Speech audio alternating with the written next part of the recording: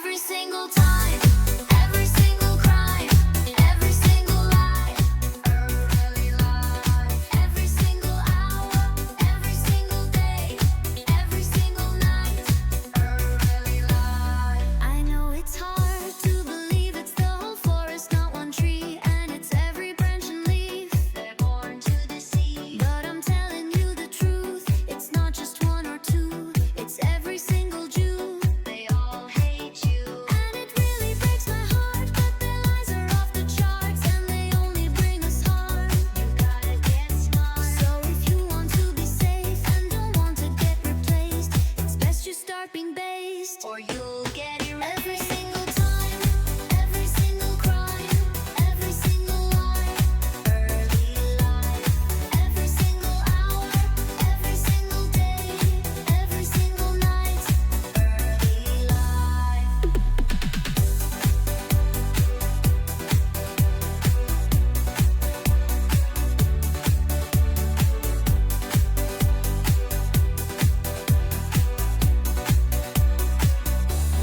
I know it's hard to accept that all the ones you've met lie with every single breath. They want you dead, but you must not be weak. Just open your eyes and see they always exploit the meek. See their vampire teeth, and it can make you cry to learn your life was full of lies and their face was a disguise. But you must fight. So if you want to live and protect all of your kin, you have to grow thick skin, or we won't. Every single time, every single crime, every single lie, early life, every single hour, every single day, every single night, early life.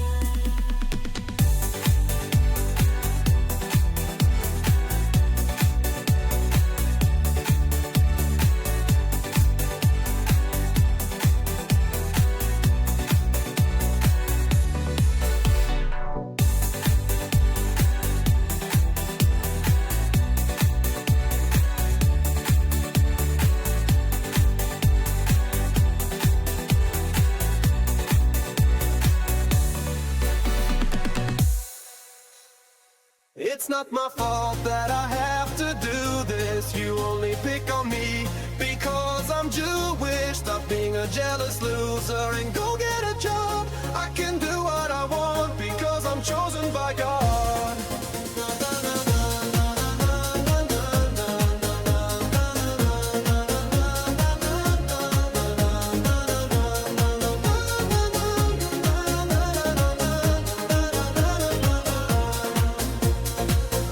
If I don't run your media, someone else will. If I don't edit Wikipedia, someone else will. If I don't limit your reach, someone else will. If I don't censor speech, someone else will. If I don't blow up your kids, someone else will. If I don't attack US ships, someone else will. If I don't steal your things, someone else will. If I don't run pedo rings, it's not my fault that I have to do this. You only pick on me because I'm Jewish. Stop being a jealous loser and go get a job. I can do what I want because I'm chosen by God. Every single time, every single crime, every single lie, early life, every single hour, every single day, every single night, early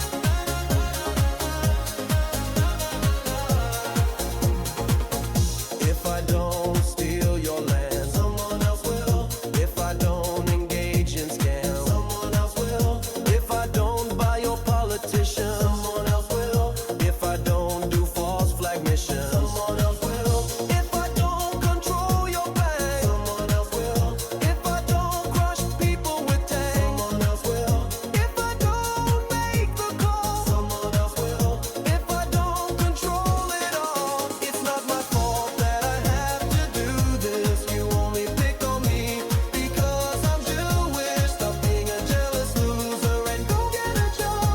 I can do what I want because I'm chosen by God.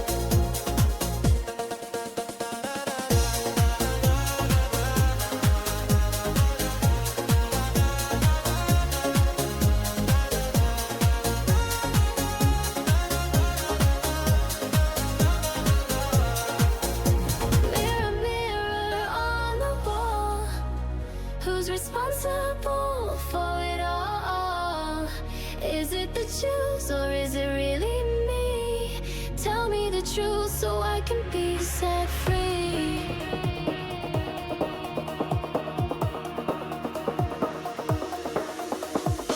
What do you see when staring back at your reflection? Are you proud or ashamed? Do you claim to see perfection? The mirror does not lie, yet you have the wrong answer. You're a liar that demands respect. Such arrogance is cancer. You lie like a Jew to comfort your troubled soul, afraid of taking responsibility, refusing to grow old. You need to wake up, you still think this is a game. Why would anyone fear a child who's afraid of names?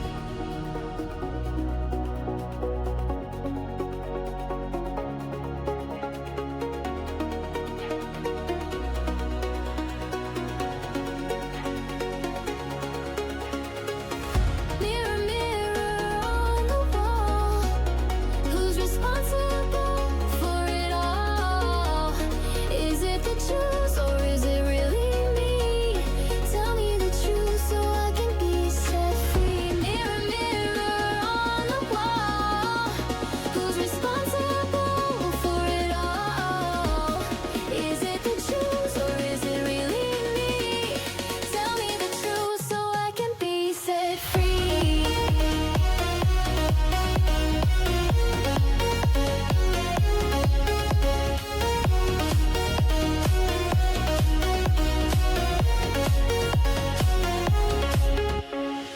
Who put the golden cuffs on you if not yourself?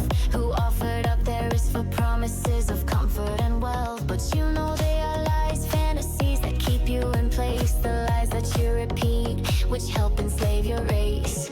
Nobody respects a coward. No one kneels to a boy. No playtime for you. Go to your room, you little goy. Want to be free? I'll tell you what to do. Next time you look in the mirror, accept the damn truth. Mirror, mirror on the wall, who's responsible for it all? Is it the Jews or is it really me? Tell me the truth so I can be set free. Mirror, mirror on the wall, who's responsible for it all? Is it the Jews or is it really me? Tell me the truth so I can be set free.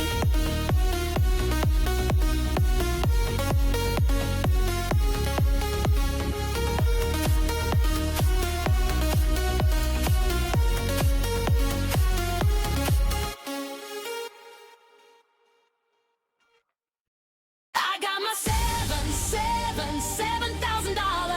I don't give a shit about dead kids. I got my $7,000. I love getting paychecks from Zionists.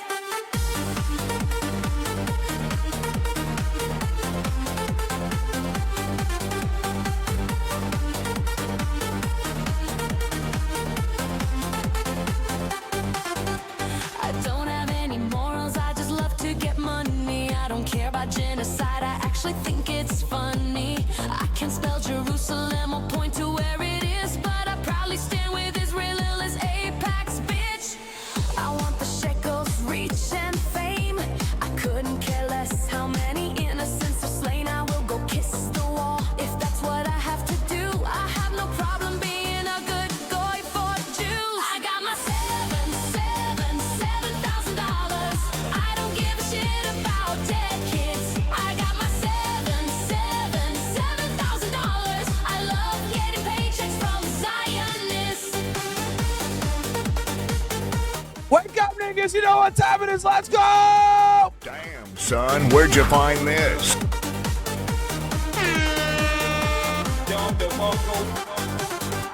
Don't come at me with requests to debate.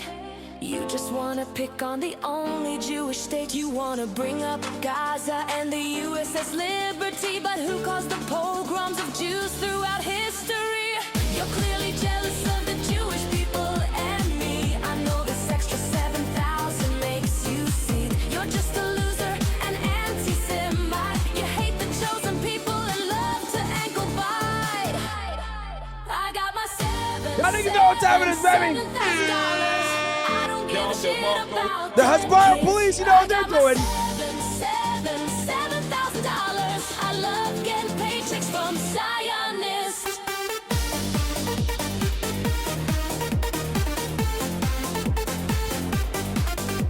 Wake up, niggas!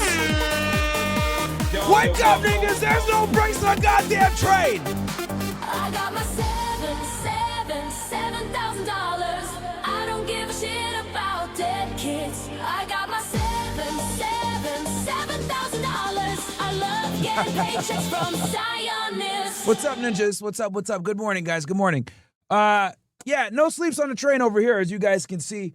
I have a flight to catch later on today. We are going to be going up to Columbus, Ohio. So that's going to be fun. We're live on OSS, Rumble, Kick. I know I never go at this time. We normally go late at night, but we're here anyway. So yeah, man. Yeah, happy to be here. You guys know I'm always excited whenever we can get some shit going. Hold on, let's see here. Yeah, this is fucking hilarious shit that we got going on. Let me just fix this title on Kick so niggas know what time it is. Good morning, guys. Good morning. Good morning. So you guys are probably wondering, yo, Myron, why aren't you streaming on YouTube? So I got a fucking copyright strike on YouTube, which is fucking lame. But it is what it is, I guess. But it's okay. The train goes on still. I posted on my community tab that we're live. And I never go live at this time. Matter of fact, I might as well fucking do an Instagram story too. Even though I'm shadow banned to fucking hell, bro. It's fucking trash. But yeah, let me go ahead and do a quick little Instagram story. Might as well do it with you guys right here. Okay.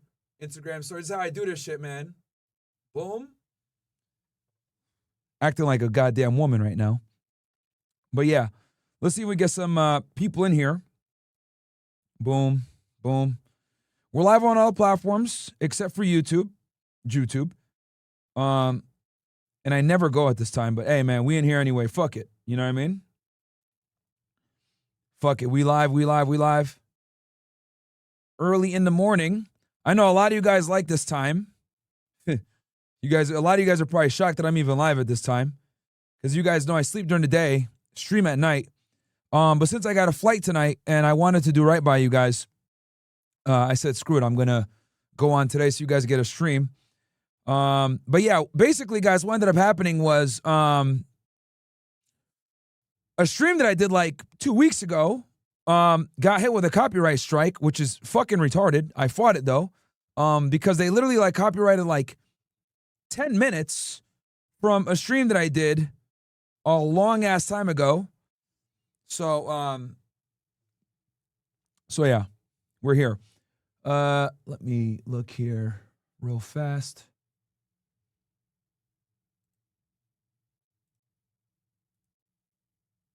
Let me fix the title of the stream. Yeah, we're going to cover a bunch of different things today, though, guys.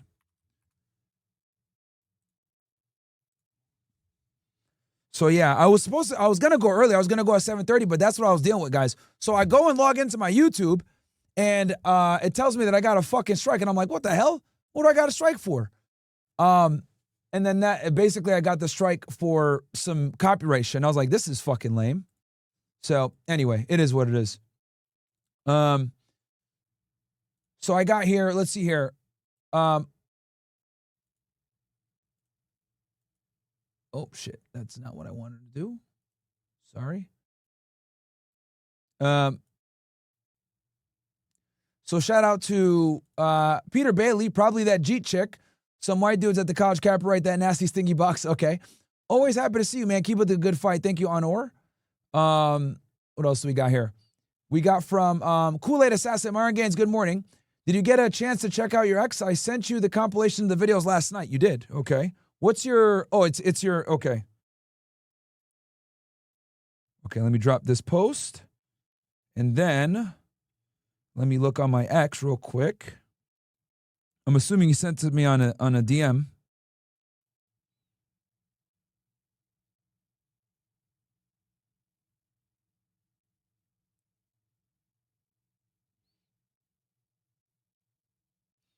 Wait, what's your Twitter handle? Is it Kool-Aid Assassin?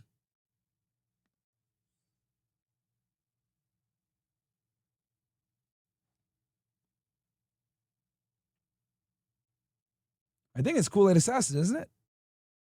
Yeah. Okay. Let me look here. Bro, I didn't get your message. Which account did you send it to? I didn't get it though. Jazzy Tara, welcome back, brother. Great job on Hot Swim Spot. Glad to see more people open to serious discussions. Appreciate that. Peter Bailey, good morning, bro. Rock this shit, absolutely. Always happy to see you, man. Keep with a good fight. You know it. Okay. So also, guys, if you guys want to go ahead and get involved in the stream, Myron Gaines X, you can go ahead and donate there, or you guys can donate on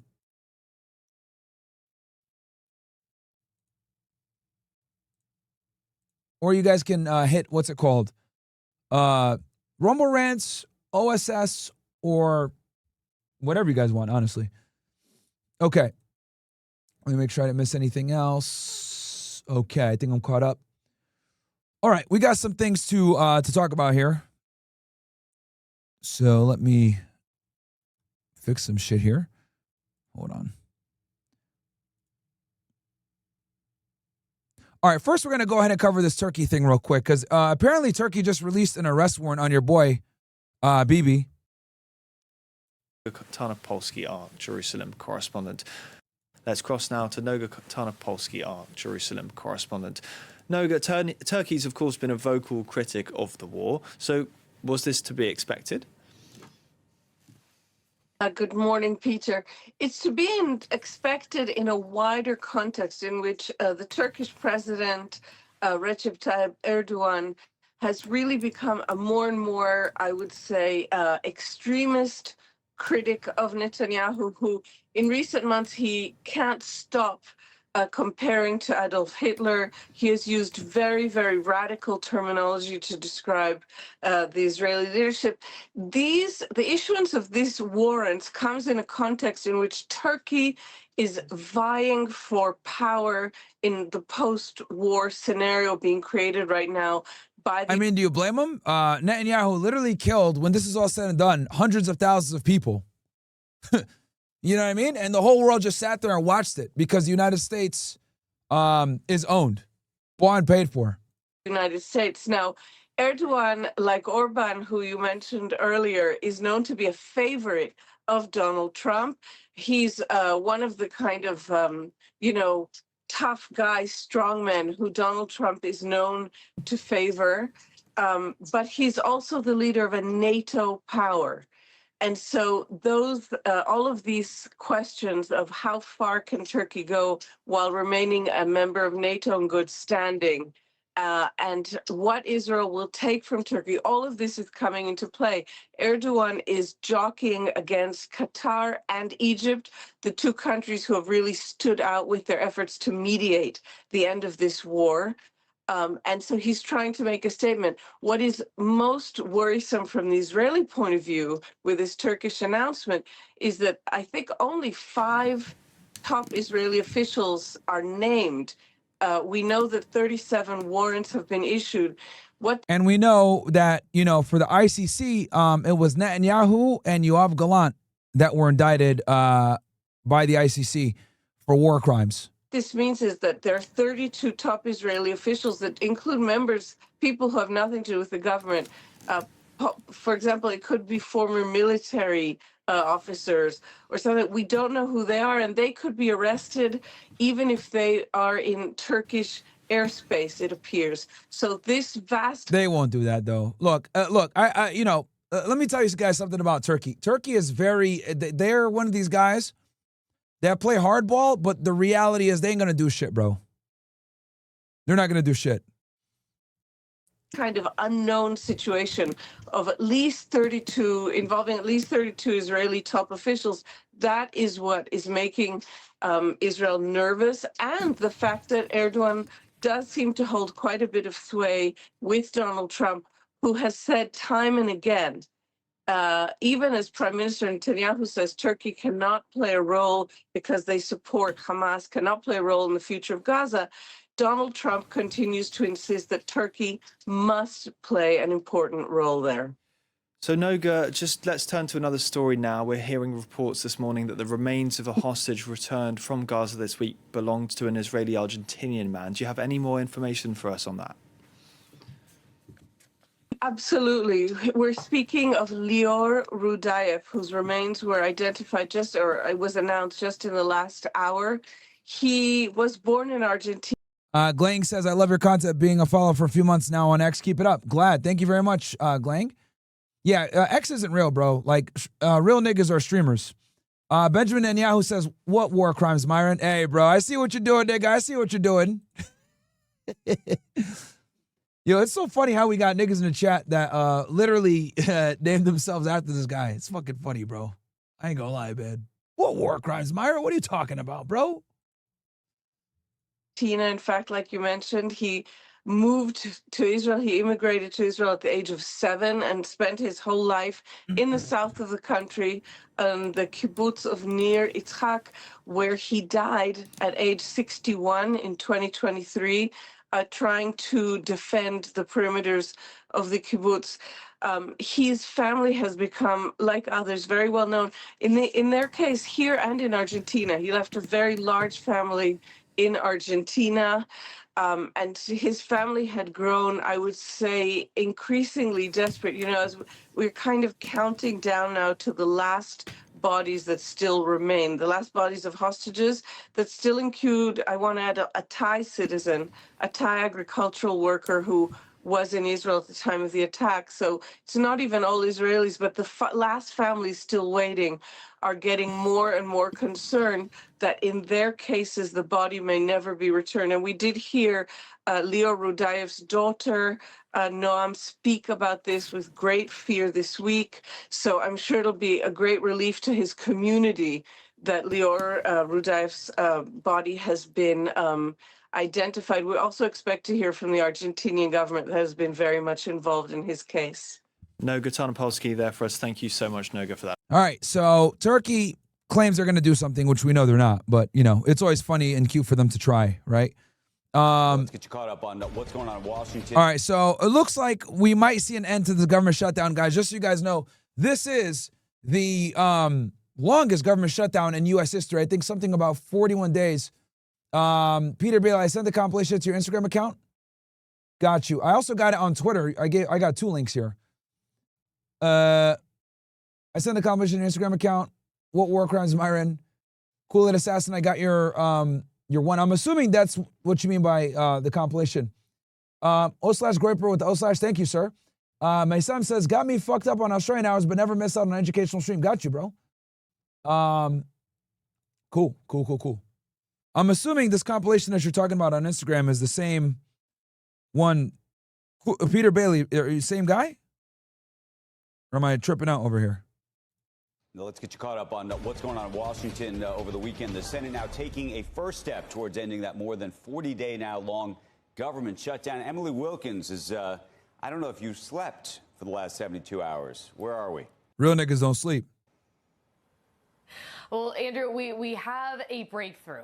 Congress has broken through the logjam, and they now appear to be on this glide path to reopen the government. Now, what happened last night is 8 Senate Democrats, we've been looking for that number for the last 40 days. They joined with Republicans to take that first steps to pass a funding bill, finally again hitting that 60-vote threshold. And look, there are going to be a few more votes in the Senate. We've got to have at least one more vote in the House. But at this point, the shutdown could be done within the next couple days, within the next week. Will you debate now, him? Will you agreement debate that they put together, it funds part of the government, including things like SNAP, agriculture, veterans programs for the rest of the 2020. So as you guys know, people are going crazy because obviously when people don't get their food stamps, problems happen. Stopgap measures. 26 fiscal year. For the rest of the government, it continues funding until January 30th. It also goes ahead and reverses those attempted firings of federal employees during the shutdown, make sure that all the federal employees are going to get their back pay. And Democrats have been promised a vote on extending those healthcare tax credits by the second week of December on a bill of their choosing. And while, again, these 8 Democrats, they've said the deal on the table right now, it's the best they were going to get, others within their party, including Senate Minority Leader Chuck Schumer, were livid that the shutdown is going to end with no... Of course. Chuck Schumer is the main reason that the shutdown kept fucking going, because they're pissed off about this big, beautiful bill, guys. Okay, so guys, let me basically give you guys a nice little summary on what the hell's going on here. You guys are probably wondering, Myron, Why is the government shutting down? It's very simple. Basically, guys, they can't come to a resolution because the big beautiful bill passed and they didn't like it because it had some healthcare provisions in there that the Democrats had a problem with. One of the big ones on this was Schumer, right? So basically what they did was like, all right, you guys don't want to give us what we want. We're going to fucking stall things. And then bam, next thing you know, government shuts down. That's what ended up happening. In very layman's terms, so you guys understand what's going on here. So the Democrats were not happy that the big beautiful bill got passed because they feel like, yo, this doesn't address healthcare properly. And, you know, and that's what ended up happening. That is why we basically had the government shutdown, to give it to you guys in a very simple and easy to understand thing, because basically they're like, oh, you don't want to do what we want to do? Okay, we're going to stall things and make it harder for you guys to get anything done. And that's what they did. Bickering amongst the parties. No concrete deal on those healthcare tax credits.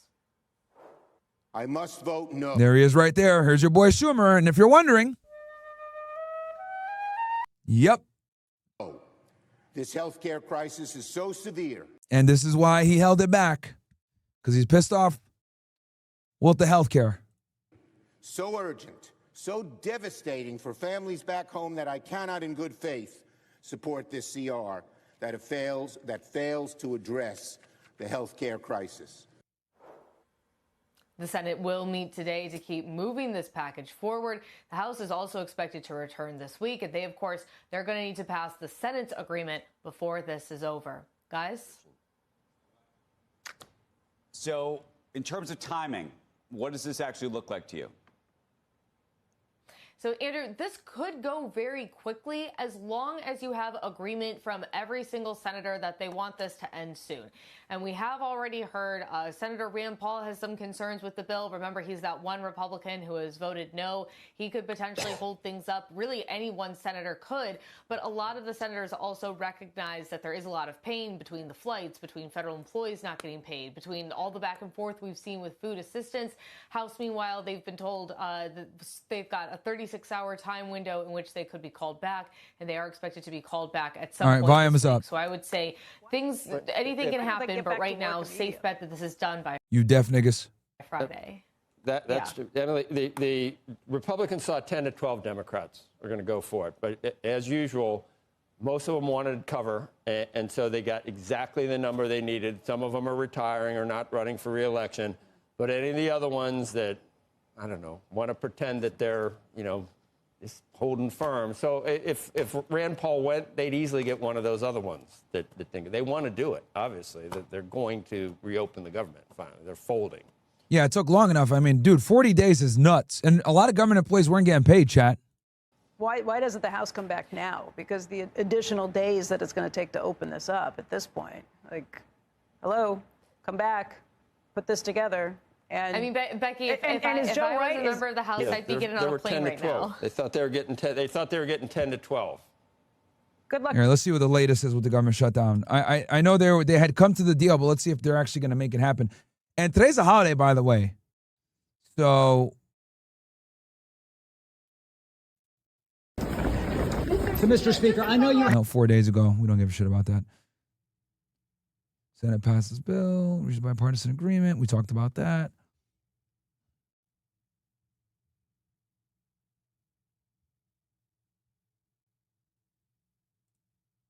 God bless you. And it's Veterans Day too, chat. God bless all our veterans, and God bless the United States. Thank you. And if you are just tuning in here to Live Now from Fox, my name is Christy Matino. We're continuing our coverage here of Veterans Day, and we were just listening in live there in Florida to one of those events. I did want to share with you my vantage point here because we have several live feeds coming in here. And after we take a quick commercial break, I did want to take you out to this one. We are going to be heading out to Washington, D.C. because we are hearing now from this live event that has just gotten underway, the Friends of the National World War II Memorial, also hosting a service here today. And I also wanted to share with you and remind you that we are going to be hearing from President Trump also in Washington, D.C. at Arlington National Cemetery. He's set to speak around 11 a.m. Eastern time. So lots of events going out of Washington, D.C. today for Veterans Day, and we'll bring them to you once they do get underway here. Stepping away for a commercial break, our first one of the hour here on Live Now from Fox. Much more coverage to come. We'll be right back. Bruh, fuck commercials. All right, let's see what else we got here. Yep. Officially the longest government shutdown ever. The second longest I think was in 2018, and I was working in the government back then. And I'll tell you guys this, dude, the government shutdown, you know how many flights got canceled, dude? Oh my God, it was the worst. I don't really care what your political persuasion is, but you should really call your senator. Because I'll tell you, this is costing the airlines millions of dollars. And just think of 30 airplanes with one engine running. And it's going to take us at least 90 minutes to take off. Yeah, guys, I'll tell you guys this. The government shutdown started in like October. Dude, like,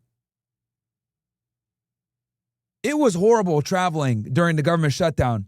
Dude, so many flights got canceled. So many flights got delayed. Like, literally, every other flight was getting canceled. Literally, like, every other flight was getting canceled, man. It was fucking ridiculous. So, I'm glad that it's done. Because that shit was no bueno, man. No bueno at all. So it's frustrating. It's really frustrating for me. Because right now it's going to cost about 2 hours of our lives on the ground before we even take off, spend all that gas, all that money, and it just rolls into the rest of this system. So right now we're at a 4% reduction in flight capacity. Next week we go to 10. Last night I had a 6-hour delay in Houston, and the weather was perfect. It's because the air traffic controllers aren't getting paid. So it's a weekend.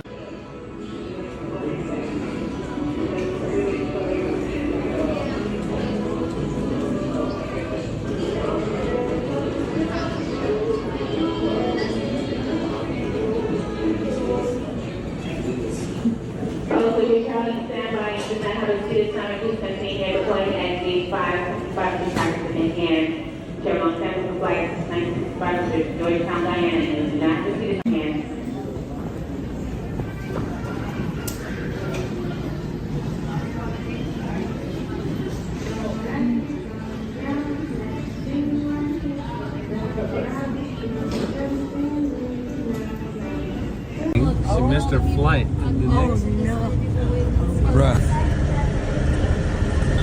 My gosh. Yeah, shit was crazy, bro. Really bad this whole month. What?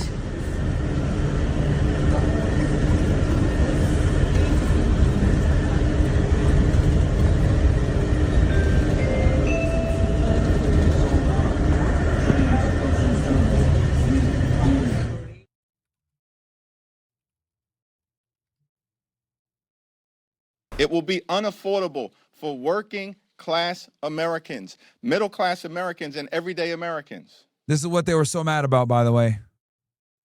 Healthcare stuff. To be able to go see a doctor when they need one. And we'll continue to wage this fight. No matter what comes over to us from the United States Senate to the House of Representatives at some point this week. That was House Democratic Leader Hakeem Jeffries. The Speaker of the House told House members this morning that they need to start heading back to D.C. now, given that they may, of course, run into trouble as they fly back to vote this week because the shutdown's impact on our air travel continues to worsen, as anyone who attempted to fly this weekend can tell you, following last week's FAA order to reduce domestic flights at 40 airports. As of this morning, commercial airlines have canceled more than 5,000 flights that were scheduled from yesterday through this Wednesday. Around 10% of scheduled flights were canceled yesterday, making it the fourth worst day for cancellations this year. Yeah, when we were coming back from American Airlines actually canceled me and Brett's flight back.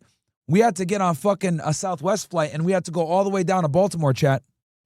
Funny story for you guys. We had a flight to come back yesterday evening, Flight got canceled. We had to fucking get a last-minute flight out of Baltimore. So we left D.C., went down to Baltimore, took a Southwest flight from there. Fucking trash, bro. Today, reports of staffing issues at air traffic control facilities have gone And the main reason why is because of air traffic controllers. up to at least 36, causing widespread delays. One of the most stressful jobs, by the way, in America, air traffic controllers. Even if the shutdown is resolved this week, we should note, experts say to expect residual impacts on travel, with Thanksgiving, of course, right around the corner. But let's start right now, our show on Capitol Hill with the Speaker of the House, Mike Johnson. Speaker Johnson, thanks for being here. We appreciate it. So every Republican in the House. And just so you guys know, Speaker of the House is like the most important, like probably, me and Ivan Raiklan talked about this. The Speaker of the House, guys, is really like the most important position in the government, one of the most powerful positions in the government. Really slept on. A lot of people don't know.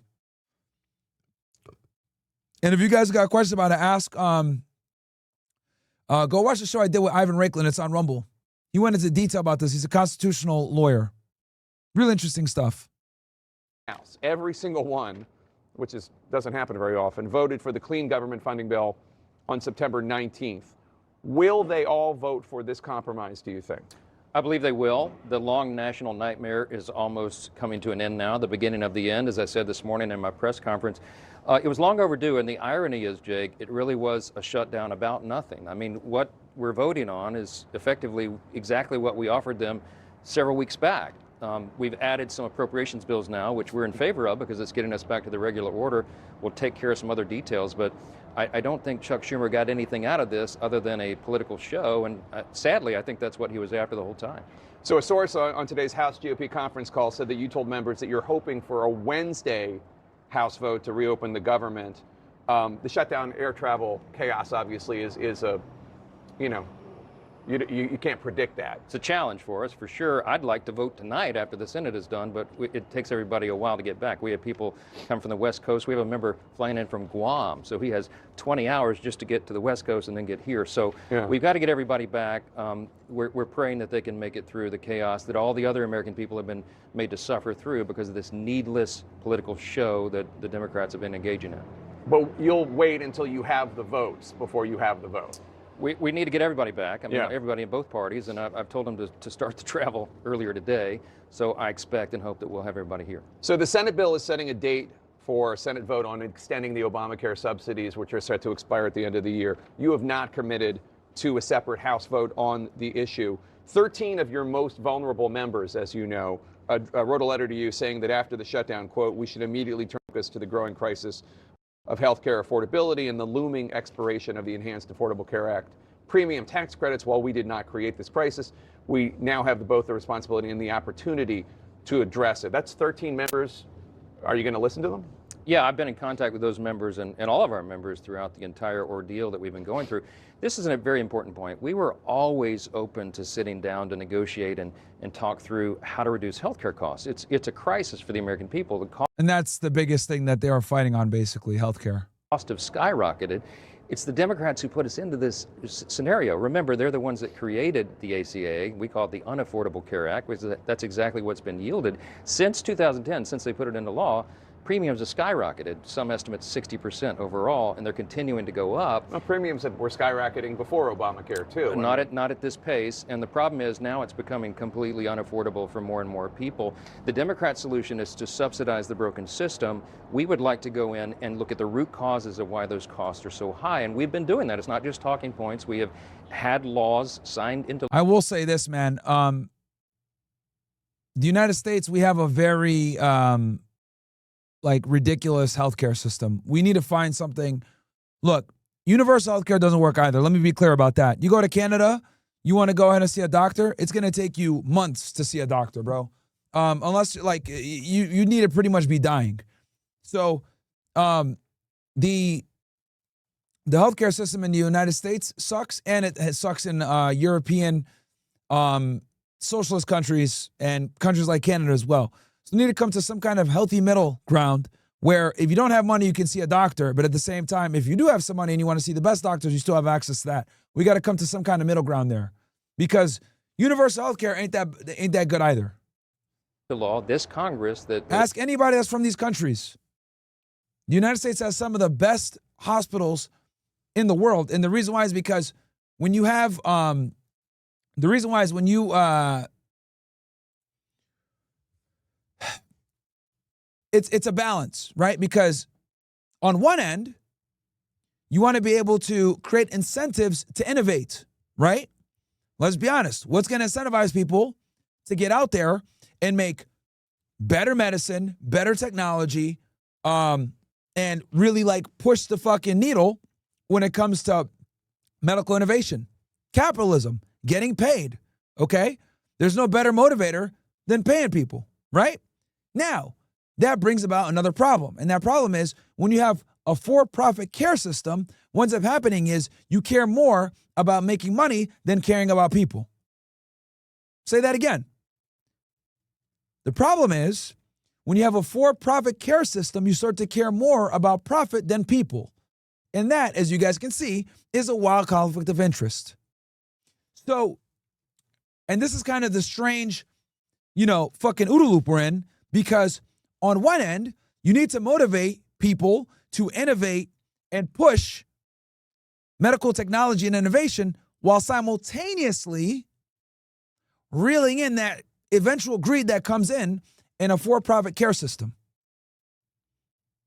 A socialist healthcare system is great because everyone can see a doctor. But the problem with that is innovation gets blunted and wait times are too long. In a for-profit care system, the good thing is you get the best of the best doctors, the best of the best technology, and you really push for innovation.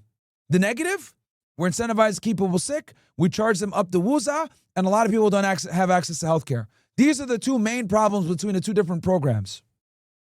So we need to come to some kind of middle ground where we have affordable healthcare for everybody, right? Especially vulnerable classes like children and the elderly, while simultaneously allowing for private healthcare that might cost more if someone wants to go to another doctor.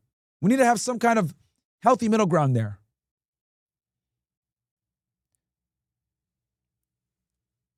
But now you guys can see why this is a very hot topic. I guarantee you guys in the chat right now, y'all niggas are going to start fighting about this, which is cool. This is a very hot topic. Actually, this is the one topic that I am a bit more, you could say, center to left on. And it's a very contentious topic because on one end, right, you can make the argument that like these insurance companies don't give a fuck about anybody and they want people to die, blah, blah, blah, which I understand that. But then you can also make the argument that, well, when you don't innovate and you don't have all these different, and you don't have motivated doctors and scientists to push for innovation, things get slow. We don't progress as fast. We don't have the same demand for doctors, or people aren't going to put in the work to become doctors. So that's the negative. Okay. So that's what it is. Let's get back to it. It began to chip away at that. I mean, you guys go ahead. Give me your guys' takes in the chat. What you guys think? But those are the two main arguments for and against universal health care. And the same with, our insurance level health care that we have in America. A lot more yet to do, but we've got to build consensus between the parties. It should be bipartisan. We're looking forward to that. That's a long-term issue, though, what you're talking about. You're not going to be able to solve this issue of skyrocketing premiums, not just in Obamacare, for everything. Well, premiums are going up in Obamacare, yes. They're also going up for people not in Obamacare, for like me and you. Well, there's short-term solutions and longer-term solutions. Right, You're so, right. It's very complicated. But on the short-term issue of the people who with the subsidies, and that's going to expire at the end of the year, will you have a... Yeah, I can see some of you guys in the chat. Yeah, it is a boomer problem a lot of the times. It's not really a problem for young people. People don't give a fuck about this. But look, man, there's somebody that you might love. There's somebody that you might know that, needs healthcare and just doesn't have access to it. And it is kind of fucked up that they don't have access to it. You know what I mean? There's a lot of old people, man, that are, vulnerable. Vote on the issue as your 13 Republicans, frontline Republicans, people that you're the speaker because of them. Yes. They're in districts that are vulnerable. Sure. Will you have a vote so they can vote? The very people that you were citing in the letter believe we have to have a real This is funny.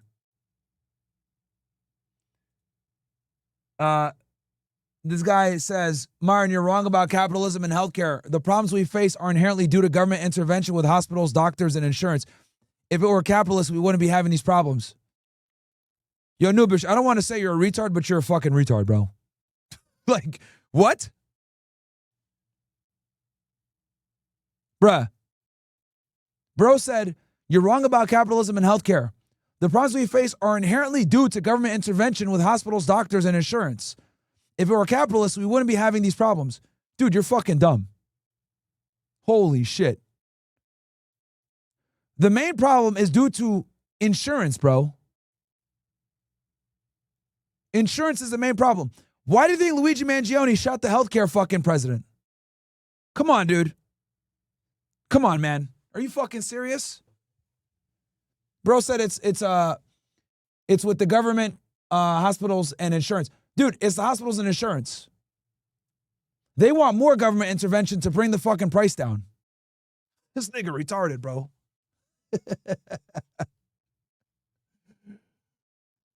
The problem is that there's not enough fucking government intervention. That's why people are complaining. They don't want private insurance companies to run healthcare. That's what's happening right now, and that's why people can't afford shit. Because these insurance companies want to profit as much as they can. Why did Luigi Mangione follow the fucking CEO of United Healthcare and shoot him in the back of the head? That was a political message. Okay? He did that because he understands that the private insurance companies make money hand over fist. That is why so many people are pissed off. It's the insurance companies in the hospital. If there were more government intervention, there wouldn't be these problems. Bro said capitalism solves it. Are you stupid? Capitalism is the problem. That's why the premiums are so high. Come on, Nubish, bro. Come on, dude. What the fuck? That's probably the dumbest thing I've seen all day.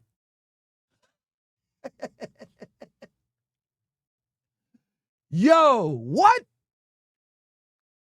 Nigga literally said, you're wrong about capitalism and healthcare. The problems we face are inherently due to government intervention with hospitals, doctors, and insurance. If it were capitalist, we wouldn't be having these problems. Bro, that's precisely why we have these problems. Bro. All right, man.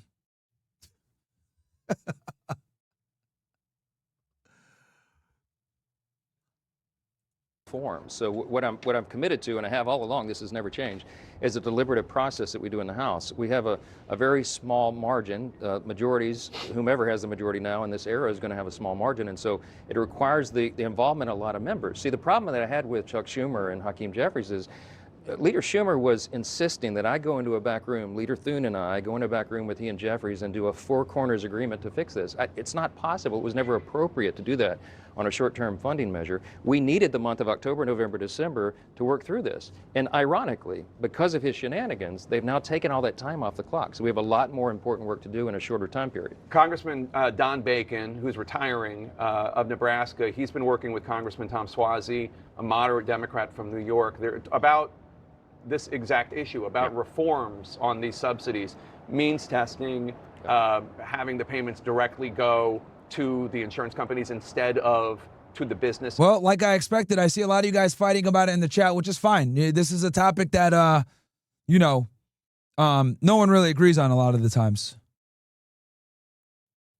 Than the insurance companies. Is that something you're willing to let come up for a vote? That's one of many ideas that are on the table. The problem is when you're subsidizing insurance companies, they just jack the rates up even higher. I mean, we've been seeing this over and over and over. So the solution is, to get at the root causes. I'll give you an example. In the Big Beautiful Bill, the Working Families Tax Cut, we had the Medicaid reforms. So as we've discussed many times, what we did was we went in to eliminate the fraud, waste, and abuse and drive down the cost. The CBO, the Congressional Budget Office, evaluated that and said, you know what, that's right, it will achieve that.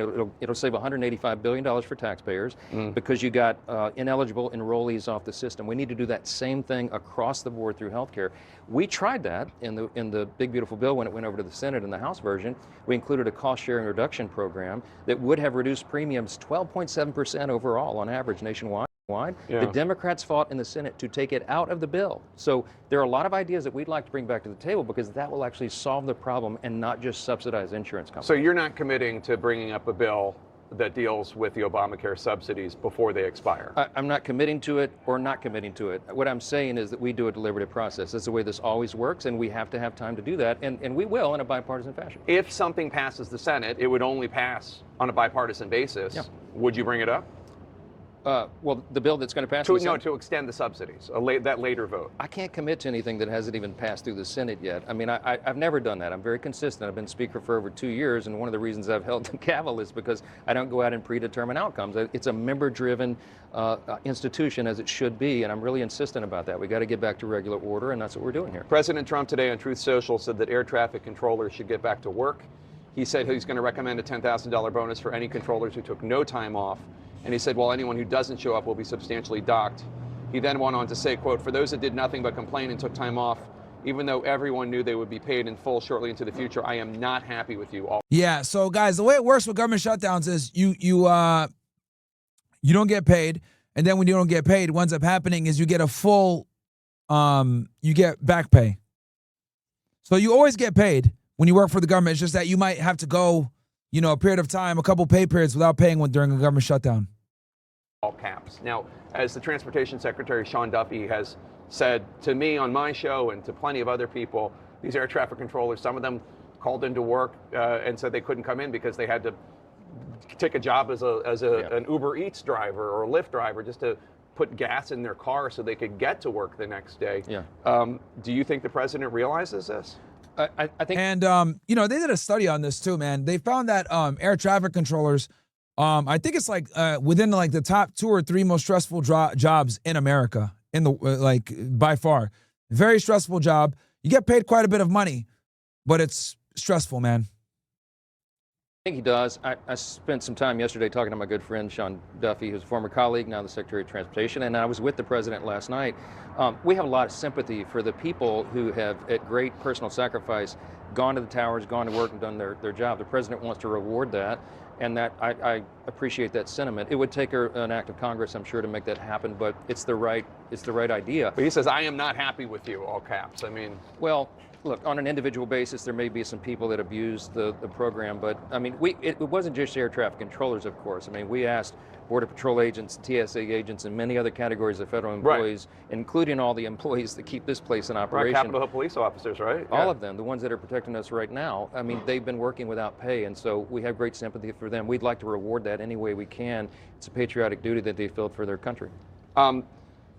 When the House returns, so I guess presumably Wednesday, if your prayers come true Wednesday, yes.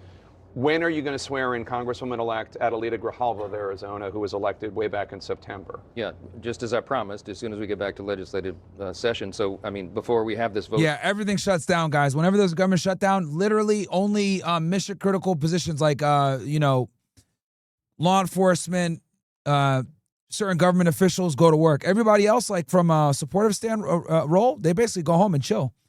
So it's kind of a paid vacation, I'll be honest with y'all. Only essential government employees go to work. So everybody else, like receptionists, all that bullshit, they basically got a fucking free vacation, bro. And they get back pay.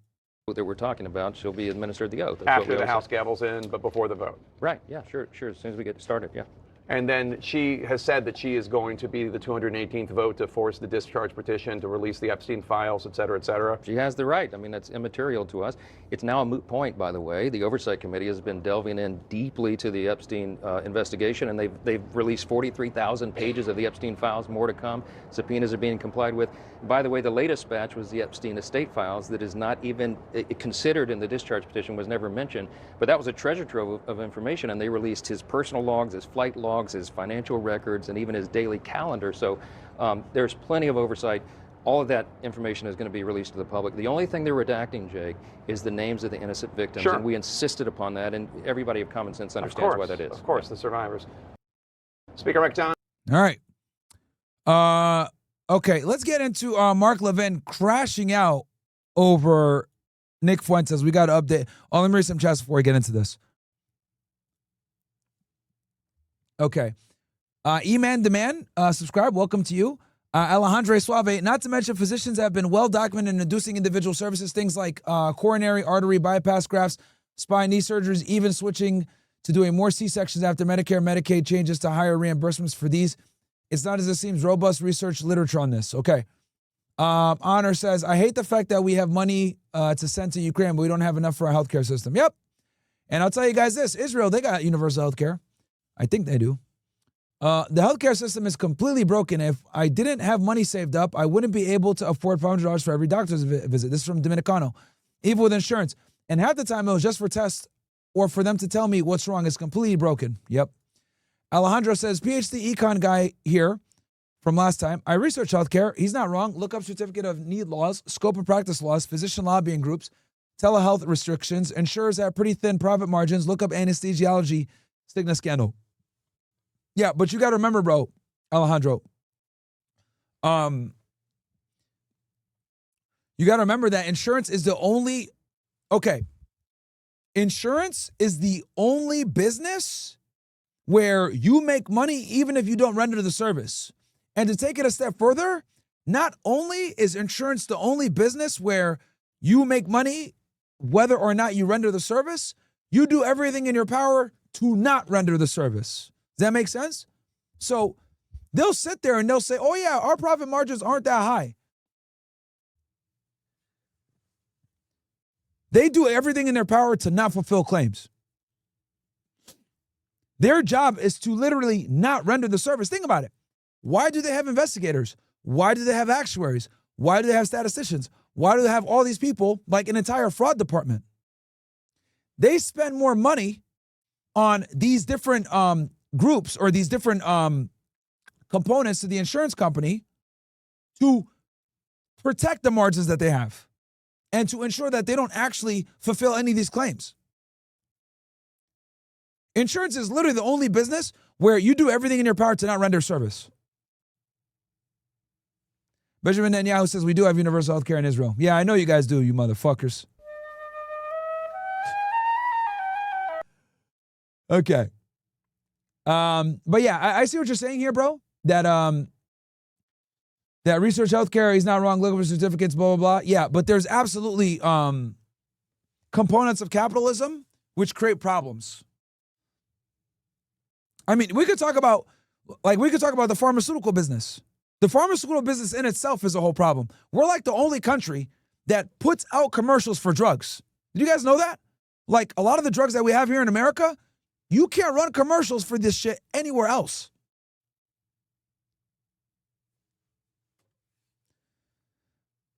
June Bucks is happy Veterans Day. Oh, / thank you, sir. Jazzy Tarl, I have a guy at work whose wife had cancer and he had to sit by as she slowly died because she couldn't afford $30K hospital bills. Wow. X Knight says, one of the best shows. Thank you. Yoshi says, what do you think about a model of governance and where in order to vote, you have to provide some kind of service to community? Yes, I agree with that. One of these hoes I talked to asked me to rate her 1 to 10 for her toes. I said 1, and she cried, then ate me up after. Okay. Ken Rose, thank you for $7. Okay, I got you, Peter Bailey. All right. Speaking of Israel and universal health care, we are going to go ahead and cover your boy spazzing out here. Mark Levin going crazy. Tucker Carlson, I don't debate the Klan. I don't debate Nazis. Will you debate him? Will you debate Tucker Carlson? I don't debate the Klan. I don't debate Nazis. Bruh. This nigga is so fucking mad, bro. He is so mad. I don't debate low lives, poison, cancer in the form of these truly evil people. And this is why nobody takes these Zionists seriously. This is why, bro. This is why. Kick Tucker Carlson's ass. He's not that smart. After Charlie Kirk is assassinated, you platform this guy? You don't dismiss him? You know, everybody's not worth having on your program and questioning. Mark Levin, might need to have a doctor on hand at this point at all times of the day due to his rage-fueled rants. He's been screaming into his mic about— Yeah, bro is so fucking mad about this Nick Fuentes stuff, man. It's actually crazy how mad he is about this. Tucker Carlson over the last week, and actually a little longer than that. Right, Cenk? Yeah, so Levin thinks that he's gonna get most of the Trump voters on his side by canceling Tucker Carlson. Let's see how that turns out. Let's see if that works. And stick around for the text exchange that Levin leaks between himself and Tucker Carlson. And by the way, I'll give you the rankings on how they're doing in media in a minute too, so you'll get a sense of context. Now look, based on— Now, I've told you guys this before, I'm gonna tell you guys this again. I mostly watch liberal media. And I watch liberal media because if you want to effectively debate progressives and liberals, you must watch their content all the time and know their talking points. So, yes, I watch a lot of left-wing media. And honestly, I watch left-wing media also to keep myself sharp and so that I don't fucking be in an echo chamber. So, yes, I know you guys might be making jokes. Bro, you're watching the Young Turks. Yes, I know. I am, because they make fun of Mark Levin in this clip, and I think it's kind of funny. And this is one of the few things that I actually agree with progressives on, which is the Israel issue. On what? Albeit we agree for different reasons. I think progressives are too soft on the Zionist lobby. I don't think they like to talk about real problems that come from Israel, like international Jewry, organized Jewry. They don't like to talk about the religion of Judaism and the supremacy clause within it naturally. They don't like to talk about any of that stuff because, quite frankly, they're scared. Right? They call people like me and Nick and shit like that do call this shit out Nazis. But I find it interesting how conservatives, especially Zionist conservatives, could talk shit about Muslims all day. But if I haven't mentioned Judaism, it's a big fucking problem. And progressives are terrified to say the J word. Terrified. Okay? Absolutely terrified. So, that's what it is. Mark Levin said on one of his recent episodes, he's under the impression that if Turning Point USA simply blow off any and all questions about Israel from college students who attend their events, all will be well. Now, simply making the questions taboo will make it all go away. Here's what he had to say. I've been warning the substitutes who are filling in for Charlie. You know, Mark Levin's voice is hilarious, by the way, chat. I truly do find his voice hilarious. At the TPUSA events, you're getting a lot of plants in the audience that Charlie would dismiss.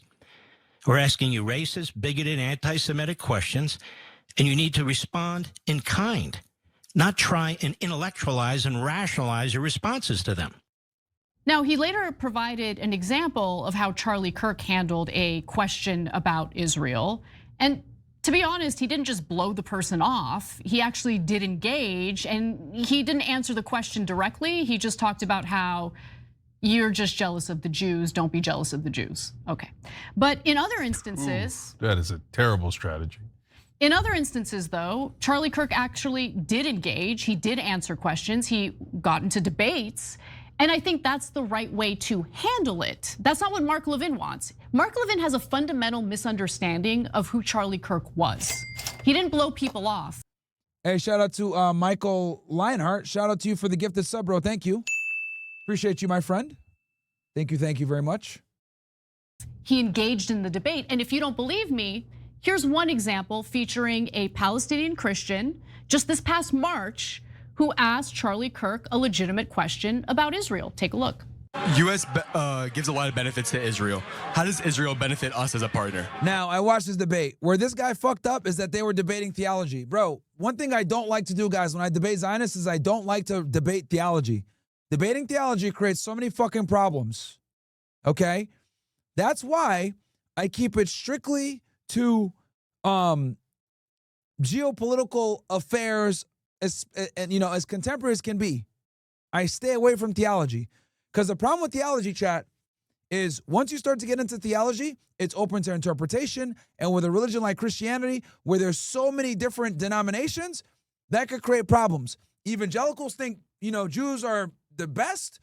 Orthodox Christians look at it as dispensationalism. So I always stay away when I'm debating Zionists from theological arguments, even if it like benefits me. You guys notice I don't talk about the Talmud too much. You guys wonder why? Because I know that what's going to happen is they're going to give the stupid ass Adam King argument. Oh, well, the Talmud was written by like 20,000 rabbis, bro.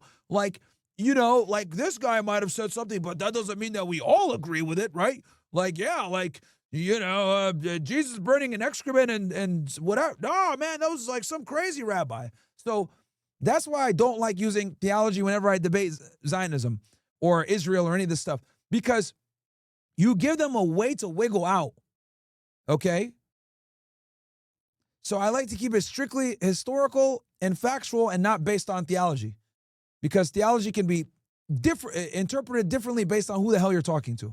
Now, in this case, this guy's a Palestinian Christian, and Charlie perfectly baited him into a theological debate, which, you know what I mean? It's at that point, it's like nobody's technically wrong, because he interprets the Bible saying those who bless Israel will be blessed by God, when others say, no, it's not Israel, it is the church or Christ that's blessed by God. But this is the problem, right? Because you start running into all these different interpretations, man. So whenever you debate this topic, guys, Israel, Palestine, blah, blah, blah, bro, stay away from theology. Myron, what are your thoughts on this? What is it, a coin?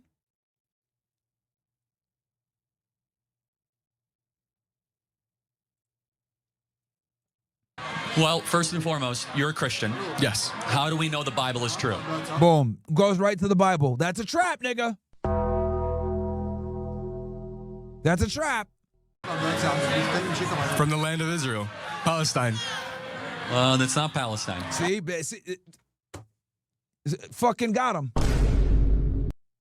Can't go with the theology, bro. Can't go with the theology, man. I hate that shit. And someone like Charlie, who knows the Bible very well, can use it to his advantage. Probably more than this fucking guy. You want me to put British-Palestine? Does that help? Well, as a Christian, so are you Armenian Christian? No, I'm actually Palestinian. Okay. So what? He's like, oh shit. And you're Christian? Yes, I'm a Christian. Okay, well, praise God. I'm thrilled to hear that. So, but I think you can acknowledge that we as Christians have to honor the Jews. Do you believe that? I think we should honor everyone. People are people at the end of the day. As a Christian, do you think that it's better for Christianity to have Israel controlled by Jews or Israel controlled by Muslims? What's better for Christianity? For my own personal... Muslims. Like, not even fucking close. What? Bro. Look, I know some of you guys might not like to hear this, but Jews and Christians, if you have to pick one monotheistic religion to live under, right? Like, and I'm saying, when I say this, I mean as in like an actual by the book society that's run like strictly, let's say Orthodox Christian or Muslim or Judaism, you would want to live under Muslim rule. They charge you a tax, right? They charge you a tax, but you would be you'd be able to practice. Now, if you're a pagan, nah, bro, you cooked. If you're a pagan. Now, I know some of you guys might say, oh, what about living under a Christian rule? You could live under a Christian rule too, if it's something similar to the United States, which is like, because the United States is it's a pseudo-secular / Christian roots country, right? So it's still a Christian country. I don't care what any of these motherfuckers try to tell me. Oh, Myron, America's not a Christian country. That is so brain dead retarded, and I only get that argument from like dumb goat fuckers. Right? And these niggas piss me off because like they're dumb. Right? They're so dumb. When I say shit like America's a Christian country, no, it's not. Separation of church and state. Treat us differently. Treat us differently. La, la, la, la, la. Fucking stupid. Okay? At absolute best, okay? At minimum, let me say at minimum. At minimum, the United States is a pseudo-secular country with Christian roots. At bare minimum. That's like at its most progressive, by the way, me saying that. At its most progressive. And shout out to my guy, Andrew Wilson. He told me this.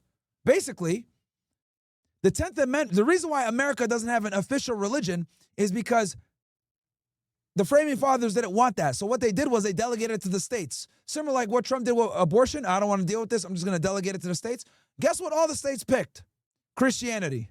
Welcome, punch! All the first states were denominations of Christianity. So, bro, it doesn't even come close. I wrote a whole fucking tweet about this, by the way, if you guys want to read it. Let me find it for you guys. Where I absolutely cooked. Because it's like ridiculous that I still have to fucking make this argument for people. And it's like the only people that argue about this with me are stupid Muslims, if I'm being honest. They're literally retarded Muslims. And I just be like, damn, man, like, why y'all niggas so dumb? But, bro, what can you do, man? Like, I can't fucking save these guys. So here you go. I made this fucking solid ass argument here, right? This is honestly like the best post. Yeah, the only people, yo, real talk. Look, I love Sneeko. I love him. You guys know he's like a bro to me. But the only people that think Sneeko beat me in that debate are Muslims, bro. Literally. Anyone else with half a brain understands that America is a Christian country, whether they want to accept it or not. Separation of church and state. Okay, separation of church and state, which implies that there is Christian roots to the United States. It's not separation of church and a fucking mosque and state, man. Okay? The fact that it's separation of church and state implies that this is a Christian country to some degree. Anyway, I made this tweet. Not necessarily for Sneeko as much as like a lot of the dumb Muslims in my fucking feed. Niggas are stupid, bro. They be pissing me off. You know what? Hold on one sec, bro. Hold on one sec, niggas. Hold on. I'm about to give you guys a fucking treat right now, man.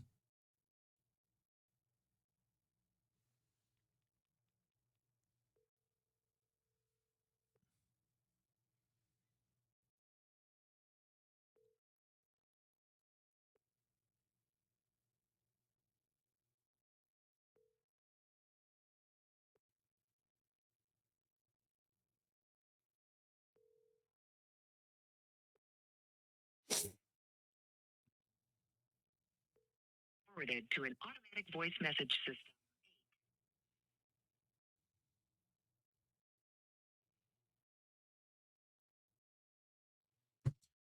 All right. Here we go. Talk. Oh, shit. All right.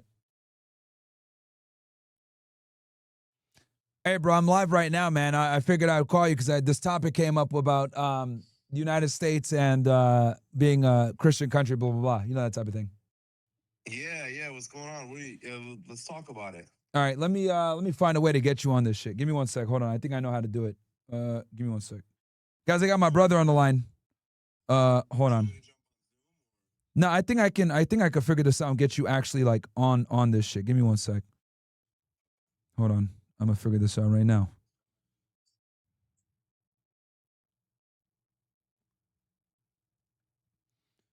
I just gotta put Bluetooth on. Okay. Hold on.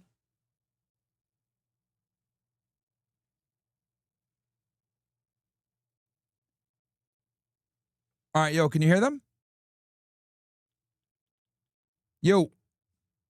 Oh. All right. Yo, you there? Yo, I'm there. Okay, I think I figured it out. I just got to plug in a mic so that I can talk to you. But you go ahead and you just what I'm going to do is you go ahead and start talking. I'm going to put it and they're going to be able to hear you. You just won't be able to hear me.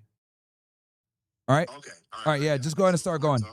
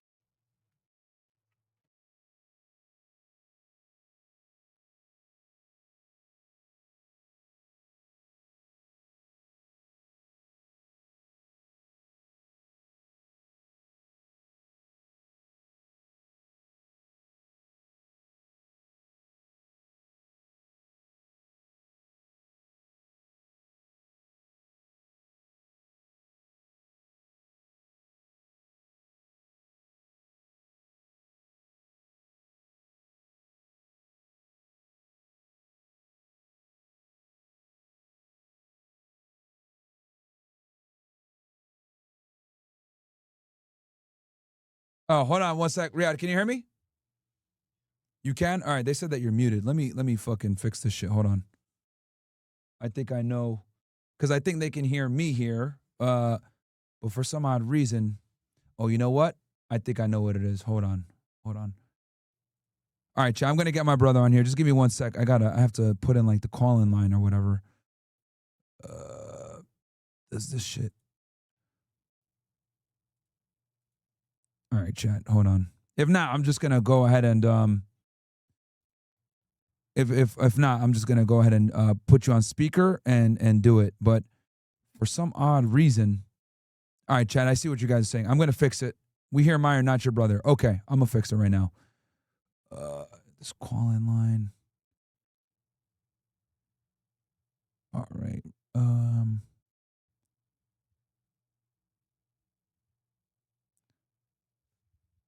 Interesting. Because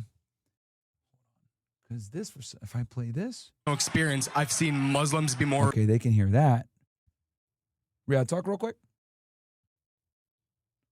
Yeah, I can hear you, but they can't hear you on there for some odd reason. So I think I gotta. Okay, let me go monitor and output. All right, talk now. Go ahead again. Yeah, I can hear you, but they can't hear you for some odd reason. So, yeah, maybe just jump on Zoom. Fuck it. And you don't got to cam up. That way I know. Hell no, nigga, you're not gonna cam up. I mean, I don't care, but I don't want you getting fucked up, man. You know.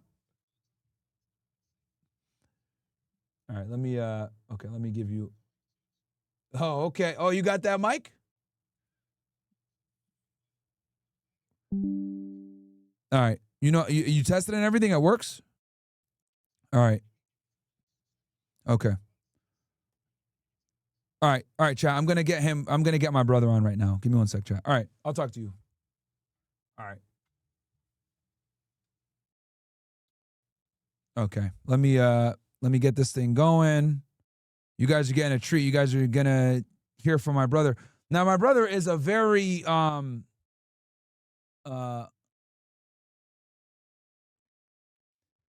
my brother is very religious. He's very I already know what the fuck happened here.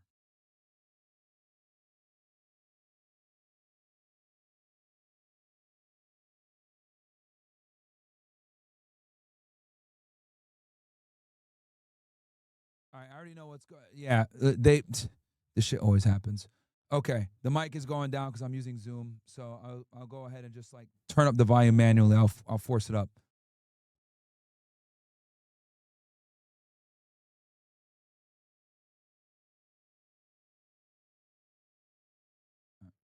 All right, bear with me, guys. Okay, you guys should be able to hear me now. It's gonna keep going down because I know how Zoom is, because Zoom is fucking trash. So, but you guys should still be able to hear me here. Okay, I'm gonna give my brother the link, and then we'll get this thing going, and I'll have him talk about this a bit because this is kind of my brother's wheelhouse.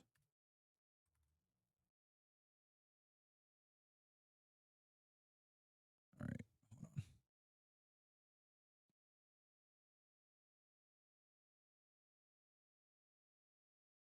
I'm gonna give this ninja the link. Because me and him had discussions on this shit, bro. And it's amazing how stupid people are. My brother's very smart. He's very smart and he's very religious. He understands he has the Quran memorized. He's a very devout Muslim. So, and honestly, he probably knows more than a lot of these niggas that be on the fucking internet yapping. And he agrees with me too. Okay. Let me get this ninja in here. I gave him the link. So, all right, give me 1 sec, chat. I sent him the link, so he's probably figuring this shit out.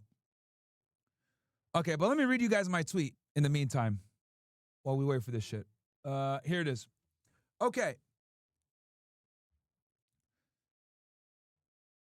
Okay, it's all the idiots that got triggered, right? Let's settle this once and for all using Islamic sources. Here's why Islam is not compatible with the United States over the Western and other Western countries. So there were two things that I was trying to debate here. One, Islam simply is not compatible with a Western democracy. Two, that the United States is a Christian country. So first, the first argument. Western democracy, like America, is founded on interpretive laws, ruling, and opinion that have to do with a majority idea, subjectivity, etc., whereas Islam is based on two things, Quran, Sunnah, and academic interpretation of what is not abundantly clear by scholarly authority. That in and of itself answers a question. But we go even further. Ask yourself, what are the main components that shape the identity of the United States? In Islam, certain activities are categorically prohibited, such as interest-based finance, aka riba or usury, gambling, alcohol consumption, the sex and pornography industries, public indecency or immodesty, and speech that mocks or disparages religion. In contrast, these very same sectors form some of the most lucrative pillars of the modern Western economy, particularly in the United States, where they collectively represent multi-billion-dollar industries integrated into mainstream finance, entertainment, and consumer culture. Religion is the very life force of law itself in Islam. In America, not so much. Islam can certainly exist in the United States, normally just like any other faith. But again, prayer in public, like Times Square, is unnecessary and not needed when there are places of solitude and abundance for worship. According to scholarly opinion, Ibn Qudama, al-Nawami, these are all people that my brother gave me, by the way. These are scholars in the Muslim world that are very well respected. Okay. Where the hell did the meeting go? Okay. It is disliked to plant public roadways or areas of high foot traffic unless necessary. No need for it. Even a quote from Ibn Yamin, if the prayer causes obstruction or inconvenience to passerbyers, it is not allowed. If it does not obstruct or cause disturbance, it is permissible, but still mukra, which means disliked, because the road is not a clean or dignified place for prayer. Here's even more proof the U.S. is a Christian country, straight from a highly respected Muslim scholar named Asim al-Hakim. So here you go, guys. Here's some more proof when these guys try to sit here and argue with me. Done by the Jews and the Christians is halal for us. Now, this comes from the question, can I eat McDonald's, Burger King, and steaks in the United States? Is it halal? Right? Now, for those of you that are unaware, in the Islamic faith, right? In Islamic faith, you must eat halal meat. Okay, and that means it needs to be slaughtered in a certain way. Basically the same way that it's kosher. So Muslims can eat kosher meat. Okay? So they're asking him, can I eat meat in the United States? Is it halal for me to eat? And this is what he says. Meat done by the Jews and the Christians is halal for us. Is America a Christian country? Yes or no? Yes. Now. What was that? Hold on. What was that? Meat done by the Jews and the Christians is halal for us. Is America a Christian country? Yes or no? Yes. Now.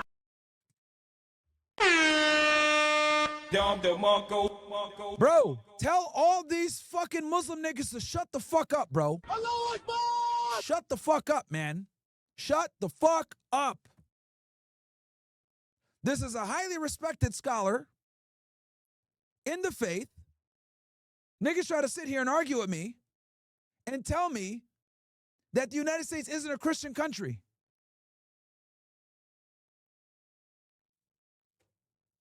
And he's saying, if it's a Christian or Jewish country, you can eat the meat. Not pork, but you can eat the meat. Okay? Play that again for you guys. For all the fucking Muslims that get mad at me when I say that America is a Christian country, bro. For all these guys that get mad at me. What is this? Meat done by the Jews and the Christians is halal for us. Is America a Christian country? Yes or no? Yes. Now, second problem. I don't know. They slaughtered or not. No problem. As long as they're Christians, I say Bismillah and I eat. Evidence from the Sunnah. The Prophet ﷺ in Medina was invited by a Jewish woman, Yahudi. People of the book, you can eat their meat. I don't want to hear nobody else ever talk shit ever again. And shout out to my brother. My brother was the one that gave me this. Hey, what up, bro? Yo, can you hear me? I can't hear you, bro, if you're talking.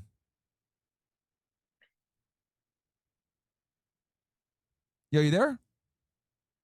Don't worry, they can't see your ugly face. Only I can, unfortunately. Anyway, I'll keep playing this for you guys, though. Sorry, guys, I got to do this one more time. I got to do this one more time, bro. Niggas want to sit here and tell me that I'm wrong, right? And just so you guys know, this dude is more respected and has more fucking knowledge on this topic than any of these Muslim niggas that try to argue with me on Twitter. Okay? This is who they ask questions to. Ryad, you there?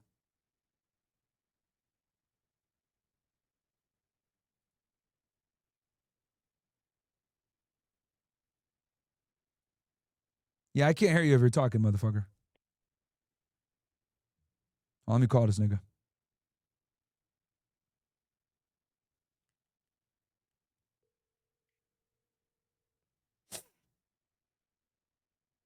Yo, I can't hear you if you're talking on Zoom. Hold on. Oh, wait, hold on. Hold on, let me mute the phone. Talk again? Yo. They can hear you, bro. Can you hear me, though? All right, they can hear you on my side, but can they hear you? Or, sorry, can you hear me?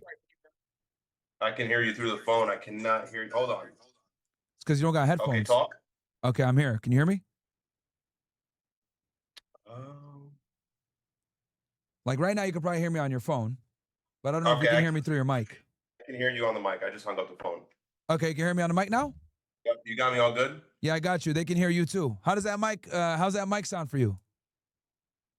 How does everything sound? Let's see what the chat is saying. It sounds very good. I know it's good because I bought it for you, nigga. Yeah. Okay. It was about $400, nigga. Yeah, that shit was expensive, man. Yeah. No, it should be good though. I think I have everything set up nice. I got the mixer here, but it says it's playing fine. So. Yeah, they can hear you. I'm turning you up a little bit, but they can hear you.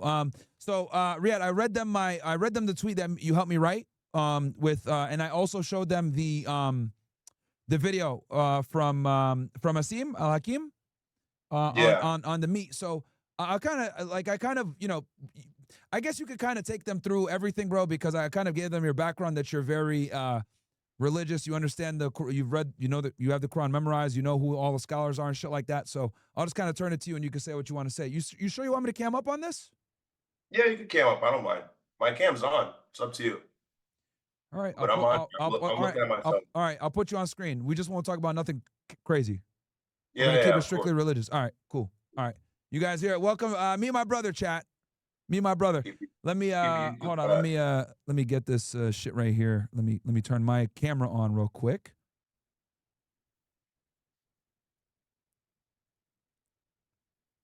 Hold on. Let me deactivate this.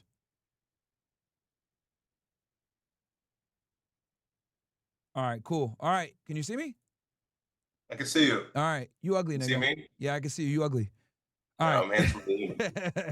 All right, man. Hey, guys, welcome to my brother, Ryad. He's in the house. He's the blacker version of me. All right, man. Go ahead, bro. I'll let you just take it away. Yeah. I have a quick monologue. I'll try to condense it as much as I can, but we discussed this the other day on the phone, and just to preface before I start, obviously I'm, relatively devout. I do take the religion pretty serious, and very proud to be Muslim, but I haven't memorized the Quran. I've read through it. I've read through a lot of the Bible. Religion does interest me. And so I do like to get into comparative religion and things like that. So this kind of plays into this topic, but ultimately we were discussing whether the United States is a Christian country or not. I do believe that the US is a Christian country, but in a very specific context that's really important to highlight. Obviously, the law that we use to govern our country has, you can argue it has some motivation or inspiration from the Bible or the oxymoronical term Judeo-Christian values. But I do believe the US is a Christian country because of things like WASP, right? White Anglo-Saxon Protestant men who did find this country and build it up from what it was to what it became until immigration, which is a topic that I don't really want to get into right now because it's not so PG. But the first thing that I like to go over and right now I'm looking, sorry, I know the camera's right here, but I can see my camera here, my screen here. The first thing that I like to get into is the US Constitution obviously makes no reference of, Christianity or anything like that. And there is a separation of church and state, but the culture and the societal norms that this country is founded on, this country stands for today, are more closer to Christianity than anything else. I was just telling my brother the other day, like, being a Muslim in the US does mean to some degree, you're not necessarily outcasted, but you're definitely the anomaly. And you're definitely a lot more rare to come across. I mean, even at work, when I step away to pray or anything like that, I'm bombarded with questions. And, in one instance, I remember I was praying, and this is all going to tie back, but this is just a funny example. And this is to drive my point home, because I think we take this conversation too literally rather than from a general context. But I remember when I was praying in one of the rooms in my building, somebody had passed by, and they thought that I was, obviously Muslims pray like this, and they were like, they came to me later on in lunch, and they were like, "What were you doing? Were you thinking?" And I was like, "Wow, like a lot of people have no clue about Islam or anything like that." So it's just really hard to say that this isn't a Christian country. One may argue it's a secular country, but I just disagree. And the reason for that, and something that's kind of common in Islam, is the question of, meat being permissible in the United States. And anytime a scholar is asked this, like maybe Saleh al-Fawzan or a student of knowledge like Asim al-Hakim, they go on and say, well, because the United States is majority Christian, at least by culture and practice, they may not be the most religious, but they do affiliate with the religion. Their meat is halal, or it's permissible. Obviously, there's a difference of opinion on this. Please, let's not get too into the weeds. It's very nuanced and a very, very debated about topic, and it's super hot. So just take that at face value. And they call the United States a Christian country. And obviously, my brother here had put up that clip on Twitter, but there's other clips that you can find on YouTube of scholars mentioning that the United States, if you have a hard time finding halal meat, maybe if you live in the Bible Belt or something like that, then you can make do with the meat that is slaughtered by the Christians or the Jews, which are considered people of the book, but obviously they make up a minority of the United States as well. Would you say the general consensus, Ryad, is that when it comes to, like, most scholars, I guess maybe, because I know you said it's a contested topic, but would it be fair to say that most scholars agree that the United States is a Christian country? Yeah, certainly. From a culture aspect, absolutely. And I think that's the most important thing to mention, is that the United States is culturally Christian, but secularly or legally it's secular. And that's a good distinction, actually. Legally it's secular, but culturally it's Christian. That's a good distinction there. Right. And that stems from the fact that Protestantism is kind of the majority denomination in this country. And what you'll find in the Protestant faith, or the way they go about the religion, is that I've heard many label it this way, and they don't all say this, but it's a relationship with Christ, if you will, quote unquote, rather than a religion governed by laws and things like that, which Islam very much is. Islam is a religion of course, Islam covers everything. That's why I follow Islam, because I feel like it misses no mark. But in the Christian faith, they don't really have a set of laws or anything like that. That's kind of fulfilled with the crucifixion and things of that nature. I don't want to get too in the weeds of that, but that's kind of how they go about that. So from a legal standpoint, no, it's not necessarily Christian, but from a cultural standpoint, from a societal norm standpoint, it is 100% Christian. And I think to say otherwise is a little bit disingenuous. Does that mean, and I think Muslims hear that and think that means that they don't have a place here. No, obviously you have a place here. Yeah, they get so mad, dude. They think like you're trying to like little bro them, or like shit on them and be like, get out of my country, or some shit like that when you say that. Yeah, and of course, the way you go about it is funny, and sometimes it's a bit of rage bait and they get mad, but it's true. I mean, it's not a Muslim country, that's for certain. I'm not going to mention the other religion right now. I was going to make a joke, but we're on YouTube. But no, we ain't on YouTube, nigga. You can say what you want. I already know. Well, yeah, obviously, there's a disproportionate amount of control by other religion in our government, in our Congress, and how that's lobbied. But that's a topic for another day. And might I also mention, Chad, all I'm gonna say is aware. He's very aware. Okay, we're on the internet, nigga. Like, I'm not gonna have my brother jam himself up. I'm gonna tell him shut the hell up but he's aware. That's all you guys gotta say. I gotta say. Well, go ahead. Yeah, but yeah, no. It's a Christian country, I think, from a societal norm and culture standpoint, and nationalistically, I think that's the most important way to emphasize it. And I think that's the most accurate way to describe it. Of course, Islam has a law that governs its countries, like in the UAE or so on and so forth. And that's do they follow strict Sharia? UAE? Probably not, right? They do follow a form of Sharia. Yeah, Okay. they do. Okay. They follow pretty much Saudi, the UAE, and many of those Gulf countries do follow the Sharia law. Are they And I cutting mean, hands hey, off if you steal? It works. No, It no, works but are they exactly. cutting hands off if you stealing shit? Like that type Sharia? So Sharia is all dependent on what a ruler is going to say. So there's no one size fits all kind of answer. If somebody steals for a really petty or stupid reason, then potentially that could be the punishment. But if somebody's stealing because, let's say, they're hungry, or somebody's stealing because of, I don't want to say a justified reason, but a lot closer of a justified reason than a kind of violent and unexplainable reason, then in that case, it's brought to the court, to the ruler, and then he makes a decision based on the context surrounding that. And that's how Sharia works. It's not a one size, like if this guy is, homosexual, we throw him off a building. Like, that's not how it works, and that's a common misconception from a lot of Westerners as well. Can you But Sharia clarify is for very them? What do they do? What do they do with gay people then? Can you clarify to them, because that is a lie that they say they throw them off buildings. That's not true at all. Yeah, it's not true. I mean, look, there is a difference of opinion in regards to how to govern Muslim countries. You obviously have a little bit more of a rigid Islam, which is Salafiyya, which is kind of like the righteous predecessors, if you will. And I think probably one of the more authentic ways to go about the religion. They're not throwing gay people off the building. And look, if you're gay in a Middle Eastern country, you don't say you're gay. You'd have to be really stupid to do that. And you're not outwardly gay. And the UAE is very strict on enforcing that. As we saw Qatar, when they were hosting people for their sports events, they weren't playing that. They're like, hey, look, you can be gay all you want, have your boyfriend or have your girlfriend if you're a girl, whatever it is, but don't show that and don't be outwardly expressive about it. No I think PDA. that's bare minimum ask, yeah. And so if there's speculation that you're gay, you're not like brought to this council where they're like, all right, we're throwing you off of a 40-foot building. That's not how it works. Rather, public display of affection, especially in a homosexual manner, can result in imprisonment or fine or something like that. But no throwing off buildings. Yeah, that's a funny misconception and just Western mythology, but it is kind of funny. It's just not true though. It's not true. Okay. And then the compatibility, to tie it all together, the compatibility of Islam and I guess Western culture. I mean, look, Muslims can assimilate here, and they have done that for hundreds of years. And I think that they've done that in a relatively successful manner. We're really not barging in or intruding when it comes to American culture in a really bombastic or obvious way. Obviously, you have Michigan and you have some. I was going to say Somalia. Oh my God, you have Minnesota. Yeah. And I can understand why somebody who is on the right and somebody who might be white is upset by that or bothered by that, and so that's totally understandable. And I think it is important for Muslims to assimilate to some degree. And the whole Times Square issue. What are your thoughts on? Give them your what's your take on praying in public? From someone you pray 5 times a day. You know the Quran front to back. You probably know more surahs than all these niggas talking shit to me on Twitter. What are your thoughts on public praying, and how should we go about that?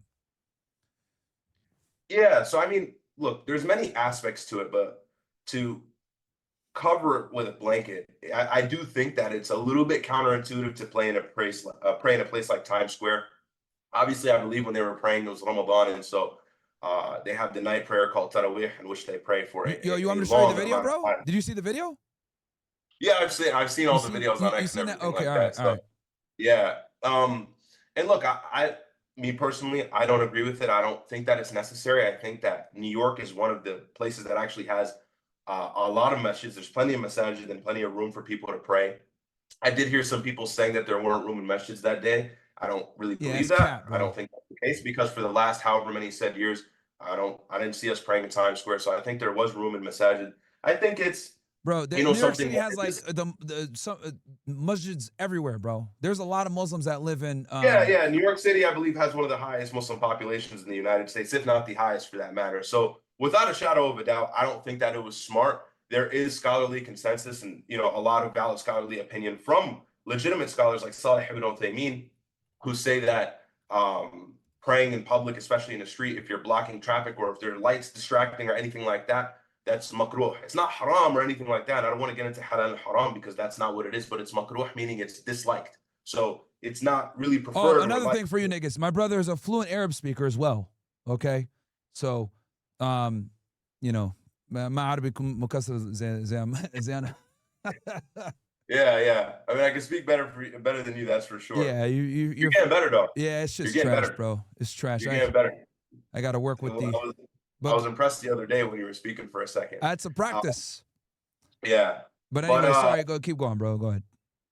Yeah. So it's dislike to pray in a roadway or block traffic or anything like that. Now, one might argue no one's driving through Times Square. People weren't bothered. That's fine, but there's still lights everywhere. There's still people everywhere. I think it's more appropriate to pray in a masjid. Not only that, but I think Muslims have this idea like, oh, this is da'wah. And sure, you may think that. And, I would think that they're innocent in thinking that Muslims want to invite everybody to the religion. And so do Christians. They evangelize very hard and they're in the streets. And that's kind of how we all are. We want everybody to like our religion and see it. But I do think it gets to a point where it's counterintuitive and you're kind of scaring people away or making people think that you're showing off. And that's also another issue.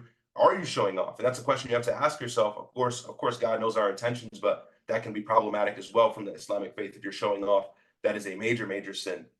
So I thought that it was a bad idea. I'm not really in favor of it. So that's an important distinction. So you can make the argument then that when people are praying in Times Square or in front of the Empire State Building or some place of Western significance, that can be interpreted as showing off. Yeah, I mean, to somebody viewing it, they might think it's showing off from the. Because let's be honest, bro. Me and you talked about this many times. Whatever. Yeah. I think that's asserting dominance. Like whether they mean to or not, it's gonna come off that way to Christians and to other people that are there. And I look at it like, bro, this isn't our country. Why are you doing that? You know what I mean? Because let's keep, bro. If 50 Christians line up in front of the Burj Khalifa in fucking UAE, right, and they want to pray, what's gonna happen? Yeah, they'll be pushed out of there. I know went to out of, right? Like we know what the fuck's gonna happen. Like yeah, they'll be pushed out of there, and that's a westernized country. That's a super westernized Very Western. Muslim country, and they'll tell them get the fuck up out of here. Yeah. Look, if Christians did a public demonstration, they don't have a prayer like ours where they kind of have these ways to go about it. It's a lot more nuanced. But if Christians did have a very large demonstration in a iconic Middle Eastern place like the Burj Khalifa, for example, I definitely think that would have lasted. And the other important thing is the Burj Khalifa has no religious significance. It's their Empire State Building. Like, yeah, exactly. If I was to take apples to apples, we take 100 Muslims, have them pray in front of the Empire State Building, versus I take 100 Christians and have them pray in front of the Burj Khalifa. There's going to be problems with the Christians. They're going to get, at bare minimum, they're going to tell them get the fuck up out of here. Yeah, exactly. And that's a perfect example and analogy. I think that is very analogous to the situation in Times Square. And look, whether they're showing off or not, to touch on what you asked me prior to that, anyone can make the argument that they are, they aren't. What I'm saying is it's counterintuitive because it could come off that way. And now the da'wah is ineffective. And I do think that Islam is obviously the fastest growing religion anyways. I don't really see the need or the desire for a demonstration like that or to pray in Times Square. I do feel like, and not only that, you're khushu' and being focused. I don't know if it's all there. Whoa, what was that word you used? Say that again to the, remember, these guys don't speak Arabic. Go ahead. Yeah, khushu' or your focus. So that's one of the aspects or the pillars of prayer that I've spoken about, where you want to be very focused in your prayer. You want to make sure that you're in an area of solitary or quietness. So I don't know if Times Square is the best place for that. So that's why I make that argument. And I come at it from a different angle. And yeah, I mean, there might be people, New York is very liberal.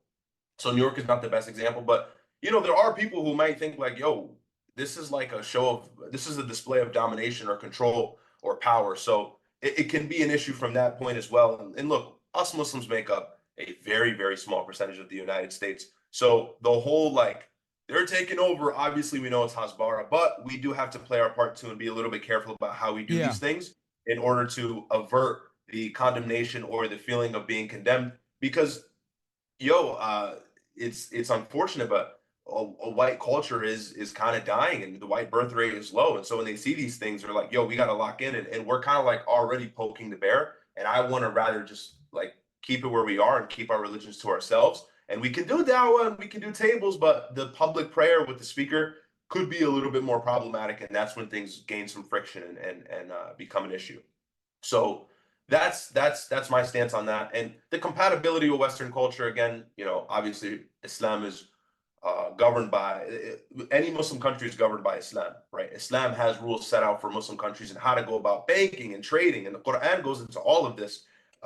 So that's all covered. Whereas Western culture, it's a lot more, just to generalize it, because I don't want to go on a tangent, but to generalize it, Western culture is a lot more like the majority decides, rules are secular, what makes the most sense for the people, more so capitalism and things like that. So those things, of course, are incompatible. Islam is very, very different than the West, and neither are compatible with one another when it comes to governing. Obviously culture, but you can argue that any culture doesn't really fit in here because American culture is its own thing. But certainly, yeah, from that standpoint, it wouldn't be compatible with the West. And you went on in your tweets to even mention gambling, the sex industry, alcohol. All these things are strictly prohibited in Islam. And sure, Christianity doesn't allow it as well, but Protestantism is quite loose. And, the topic of alcohol can be debated and things like that. So it definitely is counterintuitive to what an Islamic country would look like, or a Shari'i compliant country would look like. And the United States couldn't be farther from that, with all of the haramery we have in Miami or Las Vegas or even New York City, man. I take a stroll around New York City. I'm like 40 minutes outside of New York, and it's super secular. So, and that goes leftist media defends Islam all the time, which, like, thanks, but the things they do are super haram as well. And everybody's supporting Mamdani, but Mamdani is he's a supporter of LGBTQ and stuff like that, which from the Islamic faith is not allowed. Of course, it's not even debatable. So you also have that nuance as well. It's like, yeah, there is some heat from the right going towards Islam, but it's also like, hey, the left is doing very problematic things that are super against our religion. I think it's important that Muslims stay consistent on both sides. I see a lot of Muslims left-leaning, when in reality we should be leaning in the direction of our religion. And that would actually be closer to conservative or traditional values in many instances. Not in all, of course, but in many instances it's closer. So that's what I have to say about that. But yeah, that's really it to tie it all together. I don't know if there's anything else I kind of missed, but that's kind of that tweet broken down in a little bit more of a scientific or They're saying Mamdani is Shia, which I don't know if you want to go into that. And also, I mean, the nigga's a Shia, bro. So if you're a Muslim and you're a Sunni Muslim and you do respect your faith or your creed and your sect, then you should be offended by the fact that a Shia just won that election. I mean, I don't want to get too into the nitty gritty here, but from the Sunni perspective, and look, if the Shia watching, I don't want to offend anybody, but the Shia belief is incredibly heretical, and it's very problematic. And the things that they believe, I don't even know if I want to say, but to me, the way I view it, they're a very big issue to our religion and make us look bad. I mean, these are the same people that are beating themselves in the street in Iran and Iraq, and these are the same individuals that have very, very distorted beliefs and skew the Quran and the Sunnah, which is the Prophet's tradition, and they skew that up to a mile. So, without a shadow of a doubt, I mean, I'll be honest, that was the first thing that ruled him out for me. I was like, yo, the nigga's a Shia. I would never vote for him, even if I lived in New York City. But his policies as well, of course, I don't believe in socialism, and as well as the fact that he sympathizes with ideologies that I don't believe with. He's a Shia, bro. So if you're a Sunni Muslim and you're supporting him, you should really go and double take as to what Shias believe in and why there cannot be. Does it go further in the United States? Because a lot of people, right, especially like in Western media, the general consensus is they don't agree with the lineage, right, of who takes over after the Prophet. Is there other things that are problematic with it? I guess if you want to explain it to the people. Yeah. So someone in the chat said they're kuffars. I don't think it's that far though. So there is a scholarly consensus by a lot of Salafi scholars that Salafis are the crazy ones, aren't they? Aren't they the most rigid? Yeah, they're the rigid ones, and not all of them are crazy. Actually, Salafiyya is the very non-violent kind of sect of belief in Islam, and where they don't do anything without permission of the ruler. And so you don't see a lot of backlash or things coming out of the Salafi movement that are violent, and that's because they don't move without authoritative rule, and that's one of the kind of pillars of Salafiyya. So yeah, they're very rigid and they're very strict, but I don't think they're as crazy as people paint them out to be. Now, of course, you will see all the extremist factions coming out of the Middle East and these Israeli augmented countries being Salafi, but of course that's up for debate for obvious reasons. That's a different topic. Yeah, in terms of what the Shia believe, they believe in the Khilafah, or the people taking over the Prophet's successors being in a different order. They believe that Ali, who was the cousin's prophet, should have taken over from the get-go instead of it being Abu Bakr. And then Umar ibn Khattab, and then the third one, Uthman. And then after that was Ali, but they believed it was in the wrong order. And they believed that these people who played a very big role in spreading Islam to places like Jerusalem and China and things like this, they believe that these individuals backstab the Prophet and that they're not Muslims. Not only that, but they curse the Prophet's wives and say that they were adulterers and that they were, God forgive me, whores. So that's just the tip of the iceberg as to why the problematic belief with Shias does not allow me to believe we can build a coalition with them.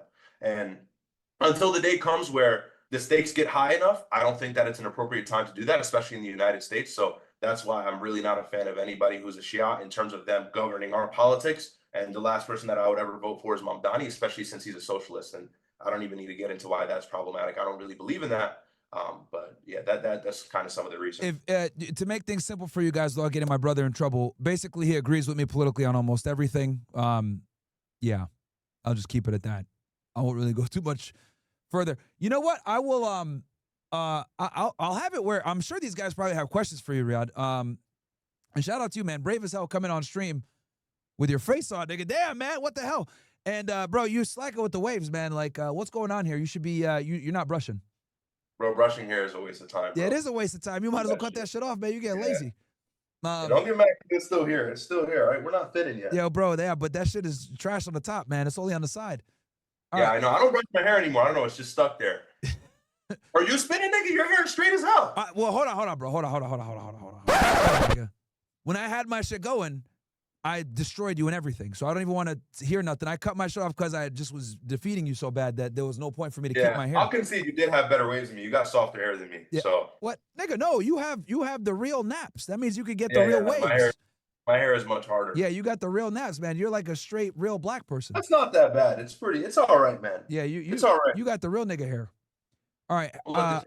So Ken Rose says, "Hi, Myron. Regarding Sneeko, Muslim prayers in public space and state rights. I don't live in New York, so it's not of my concern. Just my opinion." I don't get your question though. I think he's saying you're allowed to pray in public. Of course. Of course you are. That wasn't the topic. That wasn't. Yeah, it's not about whether it's legal or not. I'm just saying like it's frowned upon. Yeah. And my brother gave you guys like the religious doctrine for it.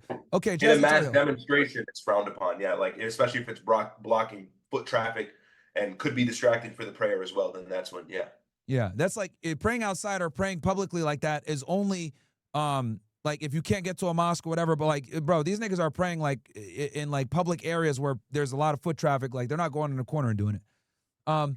Okay, well, shout out to your brother, man. That was brave to come on and show his face with all the heat you get. Very well spoken. Y'all have the same face shape and big ass nose. All right, motherfucker. Yeah, he's my brother, just a darker version of me. You're just a hoe. Says little bro Waffen is a more articulate speaker than you, Myron. Reminds me of a Muslim black Fuentes. Nigga needs a channel. Hey man, if you guys like him, maybe we'll make him a channel.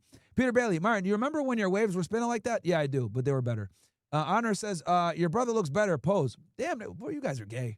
All right, O/Groper W Broski, cool. Peter Bailey says, while you were in the feds, they cloned you. Bro, I don't think me and my brother look like you guys are saying, bro. I don't know where this is. I don't know where the fuck this is coming from. We do not look like. You know what it is? It's because they're listening to us talk together and we sound alike. So like, oh yeah, these niggas are brothers. But bro, if we both walked into a store at different times, they would not know that we were brothers. They would not know. Yeah, bro. Niggas just see two black people who can kind of speak and they're like, yo, you guys look just alike. Yeah, man. A lot of niggas in the chat are white and beaners and shit, so they don't know. Okay. 503, my furious brother, Myron and Malcolm. Okay. Nigga clone jutsu. Okay. I'm listening to the stream and your brother sounds white. W no monkey talk. Yes, my brother is a college grad. He's not a dumb nigga, bro. Peter Bailey twin. What's up, brothers? Ugly asses. All right, fuck you. JC Vance says, reverted 2 years ago to Islam. I also moved to Canada when I was 13. We're lucky to have mosques in the West. We need to be wise enough and think 5 steps ahead. Why we need to stay low-key and respect the host nations. Yeah, bro. Like I'm telling you, bro. And here's the thing. You guys got to understand. These niggas, right? These guys, you know who I'm talking about? Them boys? Bro, they're pushing out the Hezbollah hard. They're pushing out the Hezbollah hard, trying to say that these guys are trying to take over, blah, blah, blah. And they got the influence, man. They got the media and everything. So I don't think we should, confirm the stereotypes. Alhamdulillah, your brother is Hafiz. May Allah reward him. Yes, my brother is very... I'm not Hafiz, but I've read through the Quran. Inshallah, one day. Okay. Pop-Up says, since Sneeko disingenuous self says they weren't blocking anything at Times Square, which they were, What does he have to say about this? They took up an entire sidewalk in the Bronx, forcing residents to have to walk around them. Oh, did you see this shit, Ryad? What is it? Here, let me show you this shit, bro. Actually, it'd be really good for you to react to this. Let me show you. Hold on.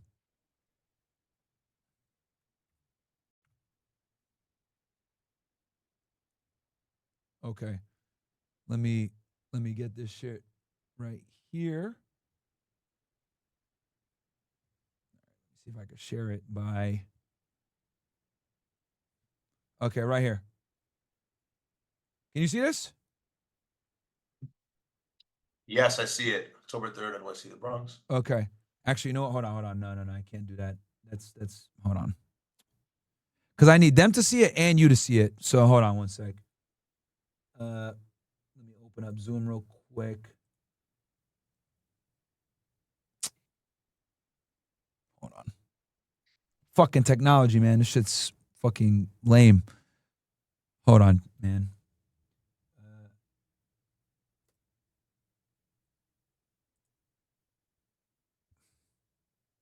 Okay, hold on. I think I know what I'm going to do instead. Okay, that's not it. Close that. Okay.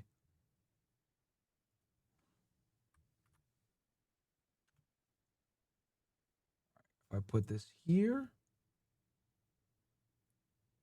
All right, chat. Hold on. Bear with me, guys. I'm literally getting it here ready for you guys.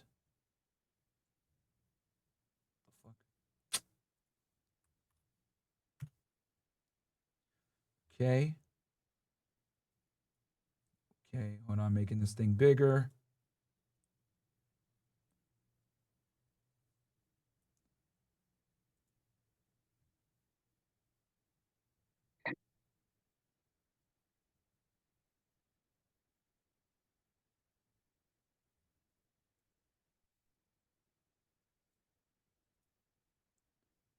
All right. Can you see that? Yeah, you should be able to see it now. Yep, okay. All right. You guys are praying on the sidewalk? Yeah, look at this shit, bro, in the Bronx. Okay. Hold on, now I can show these guys. Okay. I can't, because this is America. But you cannot take us. Who? Who said? Me. What gives you special privilege? You cannot take us, please. Who said that? You cannot do that. Don't touch my phone. Happening right now in the Bronx. Oh, wow, okay. I think I did. When was this posted? I feel like I saw this. Like, it came out like a day or two ago? Okay. Yeah. Yeah, wow. So I'm assuming this is Jumat, this is Friday prayer? Yeah, it's got to be Jumat, yeah. Yeah. I mean, so look, and we spoke about this. Yeah, go ahead. You know, what's the caption? Let me see what he put. Here, I'll just keep playing the video and then I'll show you the caption after. Yeah, but I mean, look, in these instances, I think there should be grace. Now, I'm not really sure exactly the situation here. Obviously, look, if the masjid is filled out, because if you've been to Friday prayer, it gets packed. Yeah. Especially in Ramadan, but the caption is, it says here, October 3rd, NYC, the Bronx. A man was on his way to pick his kids up from school. This is what he came upon. He said, in 30 years living there, he had never seen Muslims praying on a sidewalk like this. Buckle up, it's only going to get worse. That's what this dude is saying. Okay. So one thing, I would like to believe that guy is lying. If you've never seen a Muslim praying in public in New York City, that's probably cap. Because I've seen it before and I'm not in New York every single day. But I guess in mass congregation is what he might mean. Regardless, yeah, I think on Friday prayer, the mosques are really packed. And so that's why you'll see people kind of leak onto the outside. And that kind of happens in where I'm from. The mosque that I go to in Ramadan, we go into the parking lot. Obviously, New York is a concrete jungle shithole. There is no parking lots. Everybody's on the sidewalk in the streets like monkeys. But I hate New York City. But regardless it's the worst city in the world, bro. It's just trash. Yeah, I hate New York City. But regardless of that, I mean, look, I can understand the point of concern, but that's only one day a week, and that only happens when the mosque is filled out. But we do need to find some sort of, issue to remedy that. And I'll tell you, as somebody who has prayed outside before, it's not comfortable. No one wants to pray on pavement or concrete. So there does need to be some expansion project that can happen for these mosques, or mosques to accommodate more space, or Muslims need to find ways to disperse to other mosques evenly. I mean, look, if the prayer leaks outside, the prayer leaks outside. Me personally, I don't think it's that deep because it's only going to last for 5 minutes. It's one prayer on Friday. It's not like they're praying the night prayer in Ramadan where they're there for hours in Times Square, or 30 minutes even. It won't even take that long. So I think that that's a little bit more of a smaller issue. And to make a tweet about that shows that you're probably not paying attention to the larger issue. But ultimately, yeah, mosques in New York City are really small, and that is an issue. But I mean, again, what in New York isn't small? Everything is really small, and that's because there's 8 million people living on top of each other within like a mile. So yeah. And it's New York City just is trashed with everything, bro. Because like the same thing with like the 13th Avenue when it comes to, you know, them boys, like they took over too. So it's like, it's just, there's a problem in New York City in general with everybody pushing all their shit all over the place. Also, exactly. Also, if you're gonna complain about Muslims leaking onto the street for 5 minutes on a Friday, which might not even be every Friday, and then they quickly pack their things up and go back to work because Jummah is during work hours or the Friday prayers during work hours, well, then I hope I'm seeing consistent frustration on the other side when you're in places like Crown Heights, Brooklyn, Williamsburg, Brooklyn, where we can see a large lack of assimilation, if you will, from another subsect of people. So, and I'm saying that as discreetly as I can for those who can piece that together. Go ahead and do that. Well, this is why New York City just Brooklyn, sucks. Like, you know what I'm saying? Yo, New York City is only appealing to people that like aren't from the Northeast, bro. Anyone else that like has been in New York City or lived there or anything like that, like it's fucking garbage, bro. It sucks. Like, I don't know why people even bother. Smells like shit. There's people on top of one another. I mean, I guess it's fun every once in a while, but to be there for more than 4 hours or 5 hours is criminal. I can't stand New York. So I agree with you there. And you were born there. Yeah, it's just trash. It says a lot coming from you. I wasn't born there, thank God. And well, I was there in the worst time, man. The 90s Yeah, was you were the there in worst the time. 90s The 90s was the worst time. Before Giuliani even came in, it was horrible. So it was very bad. Yeah, when Dad was getting robbed at gunpoint in a cab. Yeah, that's when New York was definitely great. Yeah. Shit. Okay, let me make sure there's nothing else here for you. Sure. All right, I think that's it, bro. Yo, thank you for coming on, man. Is there anything else you want to tell the people or anything like that, or where they can? I mean, I don't know if you want to drop your Instagram again, but yeah, you could. It's fine. You could find me on Instagram. It's RYADFUDL. Ryad. Nigga gave the full government. Damn, bro. Not a secret anymore, bro. Your last name's behind you. Yeah, and then that's really it. Hopefully I covered all bases here. I didn't really have anything else to say. Maybe I'll point you guys to a platform soon one day, but for now, you know, this guy's leading the charge and I'm behind him every step of the way. And, you know, we will gain power, we will gain influence, and we will change the country for the better one day, God willing. So that's really all I had. All right, man. Yo, thank you, bro, for coming on. I really appreciate it. You know, especially with all the, because you get recognized and stopped now, so it's like I feel kind of bad. Yo, bro. Like, bro. Let me just say this, bro. I get glazed via being your brother, and it's actually really annoying. Like, people will come up to me like, "Yo, you're Myron's brother." But you get harassed too, though, right? And then bring me through like a 20-minute line of questioning. And yeah, I have actually gotten very rarely. We all know in person people are a lot less confrontational, but I have been approached in a negative manner one time that was quite surprising for me. And the person who knew pieced it together in some really FBI operative way, some Fed way. But what do you say? Yeah, I definitely. Well, you didn't tell me about this. Well, what happened? You didn't tell me about this shit. So someone came up to me and they were like, "Hey, you're Sudanese, right?" And I was like, "Well, yeah." And they're like, "Well, I know some guy who's also Sudanese that's really famous, and you guys kind of look alike." And I'm like, "I don't know. There's a lot of famous Sudanese people." And Not really. They went on to mention my name, and they were like, I mean, yeah, not here, maybe in Toronto and stuff, like some rappers, but they were like, "Oh, is it, you know, Myron Gaines?" And I was like, "Well, yeah, that's my brother." And then I kid you not, the space that I was in, I didn't care to like, yo, I'm in public, like I'm not about to get into a political discourse or debate. They were like, "Well, do you believe this and do you believe that?" And so I catch a little bit of a backlash here and there, but I mean, I kind of just dox myself, so it's fine. It's whatever. I don't care. But even before this, people would kind of piece these things together. And I think that's because there's not a lot of Sudanese people that have influence. Not that many. There's none, bro. I can't think of anybody. Yeah, there's a few.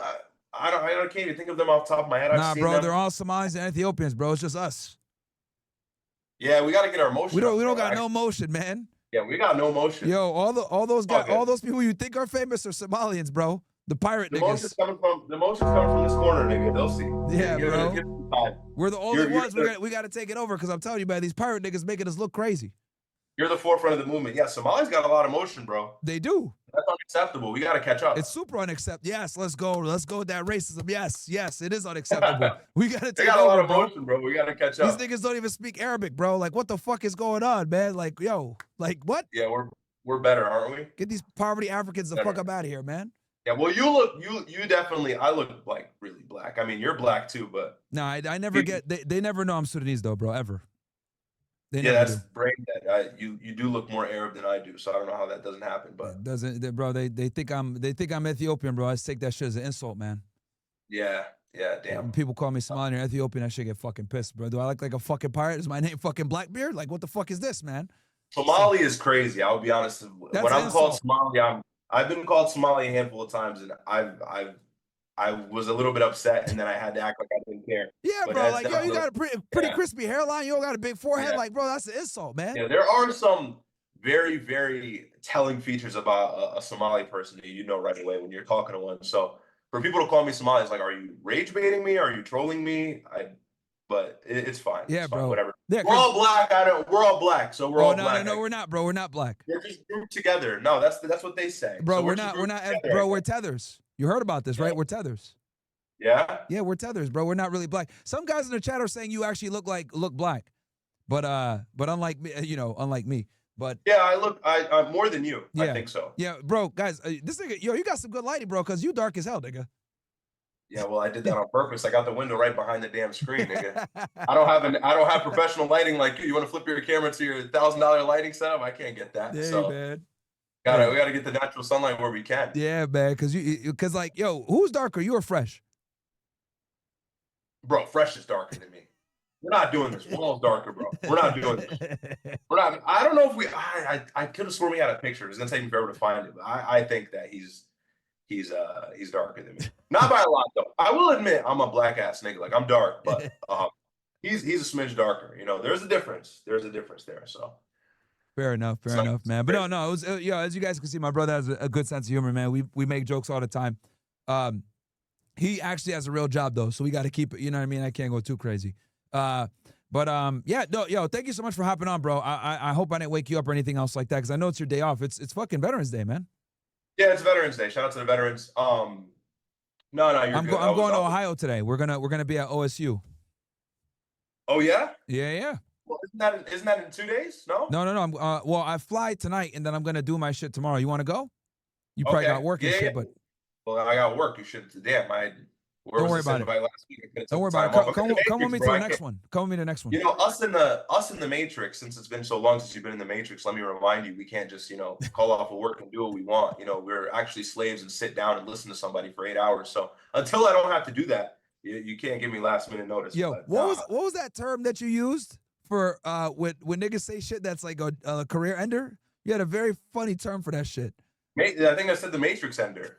Like there's certain things you cannot talk about or speak about, especially in a given situation like this, where you will end your Matrix life. So, and here's the thing, that's a positive, but do you have an emotion, nigga, to get out of that Matrix life? That's the question. So you got to be very careful about how you speak about these topics. And that's actually, not to start yapping, but that's why a lot of people, and I hope people are in here watching this, please be very careful about what you're saying in public and what you're saying at work when it comes to these topics that we all know we speak about every single day. And please don't sound stupid about it, because a lot of people discredit the movement. So you got to be very careful, man. You can't always be edgy and Mr. Truth. You got to have some discernment. Bro, I tell these dudes this shit every day, bro. I tell them, niggas be like, yo, I red pilled my cousin on them boys. Yeah. Oh, I what? told my boss about the Rothschilds and shit. I'm like, bro, guys, stop, man, stop. I like that the term that you use is so. Guys, don't fucking use these comments. Don't use these Matrix ender comments, bro. Some of y'all got to stay in the Matrix a little bit longer, right? Get your money and then you can escape the Matrix. But bro, don't end the Matrix before you need to, man. Before you have an emotion to make something of it. Yeah. And it's like people, I think it's this excitement that people, and look, I consider obviously I'm Muslim and I'm Arab to a degree. So I've kind of understood a lot of these topics before Western media and Western culture kind of caught on to it. And so for me, it's not as jaw-dropping to hear these notions and these, I guess, quote unquote conspiracies or things that my brothers speak about a lot, or guys like Nick. But you know, to be bombastic. For about those of you just joining the stream, my brother's tapped in with all this shit, bro. Trust me, he's red pilled on this topic more than All Muslims are. I think all Muslims are naturally. And if a you're lot Arab, of Muslims are, bro. and If you're that's because Arab, there are countries. if you're an Arab or you're from the Middle East, you're automatically red pilled on this shit. Automatically. Yeah, our countries have been subject to a lot of the BS that's happened due to this particular topic. So I think that we are all naturally red pilled on it, but a lot of people are finding out about it, getting excited, and hurting themselves. So you just got to be really careful. You got to be really, really careful. After time and you start to develop more knowledge on it and learn about it, you don't have that desire to tell everybody because you realize not everybody has the capacity to even understand these things, accept them, and then spit them back out in an articulate way. Anyways, so it's a waste of your time to red pill a lot of people because they're just gonna go, "Well, that doesn't make sense," even when you bring the facts. So it's a waste of your time ultimately, Yeah. Well, anyway, bro, thank you so much for coming on, man. I will tell you if you want to come out to the next one because I don't want to hire security, so I'll just get you for free, nigga. Yeah, I got you. Yeah. Yeah. We ready over here. We ready over here. Just let me know, man. Yeah, my brother. Yo, show us the AR. I can show. We're not gonna get in trouble. No, we're on Rumble and shit. Show them the guns, nigga. Those are my guns, actually. I paid for them. But so okay, let's go. Let's go, baby. They funded this one right here. This is what the hell was it? I don't know. The guy at the gun store really helped me with it. It is RF-15, I guess, radical firearms. It's a budget one. So the body was like $500-$600. I got the sight on there. I got some ammunition. It came out to like $1,100. Yo, said that, but okay. Get up and go ahead, take the tactical stance, man. Go ahead. We shoot that shit. Well, hold on. The window's right here, but this is how I would have it here. Okay, good. Good. Put your face on the barrel. Yep. That's good. Nice close, Yeah, there's two places you could put it. You could put it in your chest, like right in the middle. When you got like when I had a vest, I used to put it right in my chest right here. Or you put it right in that. I like to take it in the neck and then kind of get in there. Okay. And then I have my 43X, which I think is outside. That's my Okay. EDC. All right, I like it. Too bad you only got 10 rounds in that shit, you faggot. Yeah, we're in Connecticut, man. Nigga got 10. You got 10 rounds of that shit. Yeah. 10. By the way, it's a fixed mag, so I have to manually load it. That shit is gay. Yo, show them the fixed mag. Show you guys. Let them show. Yo, show these niggas the. Oh man, yo, Connecticut is so cucked. Oh my god, bro, you got to get the fuck up out of there, bro. By the way, I just had it in a case. If anyone thinks I have it open, no, I always have it in my safe. But so like right here, can you see that? Yeah, bring it up to the camera. Bring it up a little bit higher so they can see. So guys, in Connecticut, yeah, yo, that's so gay, bro. You have to manually load it and then close it, bruh. And then on the other side is a spring. Uh-huh. And here's the spring right here, and then you would it's already flipped up, but you would flip it up and then it loads it in, and then you would pull the hammer back. Yeah. So it's on safety, everybody. Don't worry. We're very big on gun safety out here. Yeah. But, I taught my brother. My brother's very He safe. did actually teach me when I was like 11 or 12 years old. He taught me, and it stuck with me. I taught my brother I'm all very the big on fucking gun safety. safety. Yeah. So that's that. But I'm very happy about it. Brought it to the range, had some fun with it. Yeah. But yeah, no, guys, as you guys can see here, yeah. Connecticut has really, really lame gun laws, and that's from Sandy Hook, guys. For those of you that forgot, Sandy Hook happened in Connecticut, so they never ever, chilled out on gun laws there. Yeah. Unfortunately, so it's very, very rigid gun laws here. I think even New Jersey is looser, or other states in New England or tri-state for that matter. So it sucks, but we got them, and we'll use them as much as we can with the laws that we can work with. Yeah. All right. Well, anyway, bro, anything you want to say to the people before I get you out of here, man? I appreciate you giving me a little bit of your time on your day off, bro. Thank you. Nah, man. No worries at all. I'm about to get to the gym. It's not too packed of a day, so not a worry there. Good to be on stream with everybody. Hopefully you guys got a little more insight as to the whole topic that my brother tweeted about. And maybe one day I'll be able to plug my own stuff. But for now, I'm just a normie living in the world, and I implore everybody to support my brother, support the movement, and we'll get somewhere with this. All right, that's really all I got. Yeah, and anytime I got questions on religion or anything like that, bro, I'll just call you or whatever, and I think they enjoyed your thing. As you guys can see, my brother is very smart. I'm very proud of him. He's gonna be better than me one day. So, yeah, I'm very proud of him. Appreciate it, man. Appreciate Okay, it, bro. man. All right, Have I fun- love you, have fun at motherfucker. I'll Ohio talk to you. State. Call me. Have fun at Ohio State, man. All right. All right, love you, nigga. Bye. All right. Love you too. Peace. All right. Okay. All right. W, my brother. As you guys can see, I'm very, very fucking proud of him. He's very fucking smart.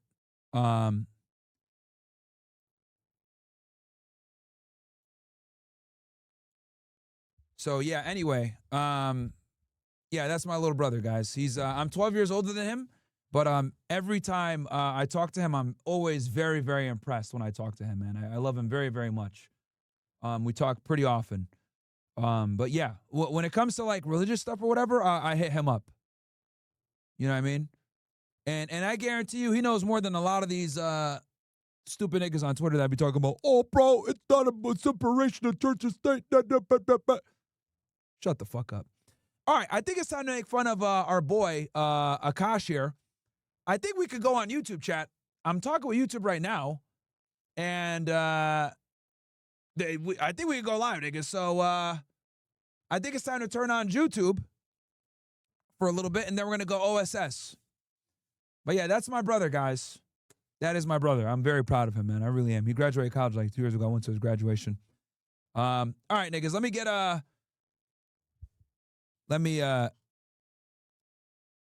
someone said don't risk it. Well, the thing is that I got the confirmation, kind of. I ain't gonna lie to y'all. I got the confirmation already. But whatever. Fuck it, we'll just post that shit later, I guess. Okay. All right, let's get into this Akaash shit. So shout out to my guy.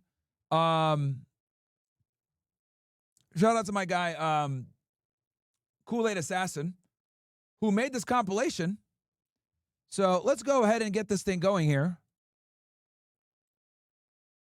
You're probably wondering how I ended up in this situation. What I find corny is my preference is not my women. Now, I thought it was I'm not dating my women, period, which is the corniest human being outside of a criminal to me, period. Akaash only dates brown. Akaash has been with one girl in his life who is his wife. That's my wife. That's an So Indian this woman. is like loyal through and through. Sometimes I get so painfully nostalgic for college. I was popping my pussy and living my best life in these white boy frat houses. I'm actively trying to have an orgy because, and you haven't seen Nav yet, but wait till you fucking see him. His body goes crazy.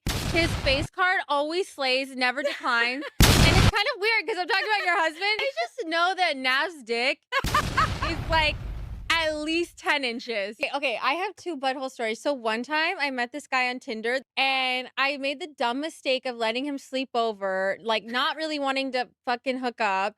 And I like woke up in the morning and like my asshole was a little sore. Oh my God. And I remember that he like, what kind of porn do you watch when you use a vibrator? Okay, not gonna lie, I don't watch porn while using a vibrator. What? I just think my imagination is vibration enough. What? I just think of like my own husband while I'm like doing it. Wait, that's kind of baller, but I could never do that. Yeah. And so I was using you and your husband split finances, and I'm gonna be really fucking honest. I don't. We don't. We don't. We don't. First of all, that's a fucking red flag. I'm not like, no joke. I love you girls. If you want to work, all for that, whatever. But like any man that doesn't want to have a joint bank account or isn't being transparent with his accounts or has separate accounts, that's a fucking red flag. This is not a two-way street. This is a one-way street. His money is our money and my money is my money. And look, have I only made $600 from content creating? Wow, I went up $100 from last week. But that's my money. Okay? I don't know if you watch The Boys, but I love him on The Boys. I never watched that show, but like he's on my hall pass list. Yeah, oh yeah. Chase Crawford, Jacob Elordi, Austin Butler, and who else? Do you know why I think I have like a good marriage? I think it's because my husband's never here. Oh God. Okay, so I've been getting a lot of comments that I'm using my husband for clout, and yeah, that's exactly what it is. No lies were told. I am leveraging the support I have. It's kind of like nepotism, but like through my husband, so like spousal nepotism. What's wrong with that? Bruh.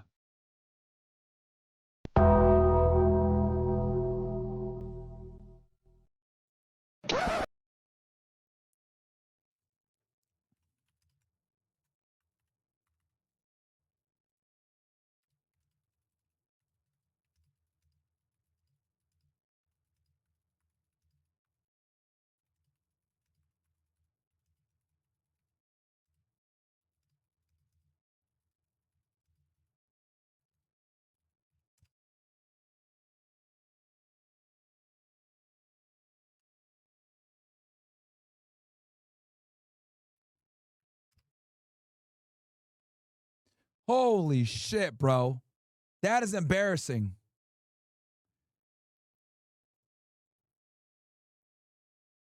Wow. Wow, wow, wow. Yo, do you have like the video that like I could download this shit, bro? Like this shit is crazy, bro. What the fuck? Hold on, I might need to screen record this shit. Okay, I'm gonna screen record it. So it comes out better. Cause this shit is trash. I ain't gonna lie, bro.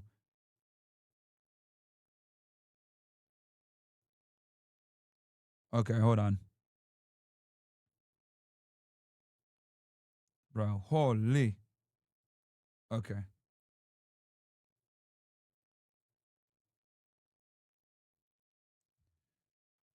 All right. All right, hold on one second, ninjas. This is fucking crazy, bro.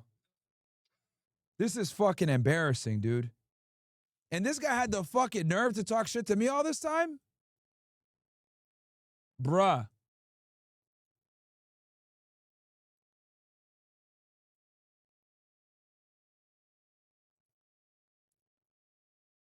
Yeah, that compilation was lit. I ain't gonna lie. That fucking covered it all right there. Okay, let's go back to Mark Levin. More receptive to the Christian faith than Jews. That's my own personal experience. But on top of that, there are, not only in Israel, there are thousands of churches all throughout the Middle East and Muslim-controlled countries that have been preserved for thousands of years now. So I'm sure Mark Levin just happened to miss that exchange in which Charlie Kirk didn't just blow this student off, but actually engaged in this exchange. And by the way, I saw that video specifically on Charlie Kirk's YouTube channel. And I have one more example, Cenk. I want to go to one more because I thought this was interesting. Now, the Palestinian Christian student that you just heard from, obviously very respectful, didn't say anything insulting about Israel or about Jewish religion. But even in instances where someone had engaged in pretty deep criticism of Jewish religion, Charlie Kirk didn't blow them off. He engaged. Take a look. So Sota 4713 refers to Jesus as being a fornicator. Getting 56 refers to Jesus burning. Yeah, this is always funny whenever they bring up the Talmud shit. In hell and Shabbat 104b says that Mary was a Baba Messiah 24a reads that if a Jew finds an object that a Gentile goy has lost, it does not have to return it. Yebamath 98a says all children of goyim are animals. Tuspoth Jebamiah 84b says if you eat with a goy. All right, yo, I'm gonna let OSS guys pick this. OSS guys, you guys tell me. Do you guys want me to go to OSS only, or should we, look out for the Rumble niggas, look out for the Kick niggas, and just keep running the show? What do you guys want? We cut to OSS early yesterday. OSS guys, what do you guys want? You guys want to give them a freebie? Or you guys want to keep going?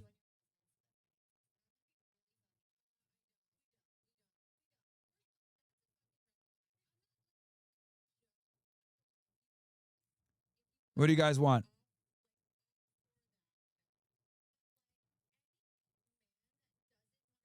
OSS guys, what do you guys want? Let these guys get one, and we keep it going, or we go OSS only.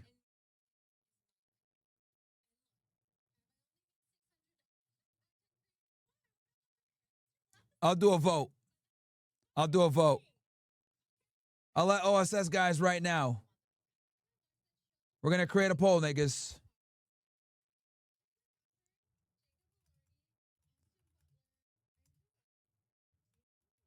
We're not on YouTube, so, you know, we could go crazy still, so don't worry.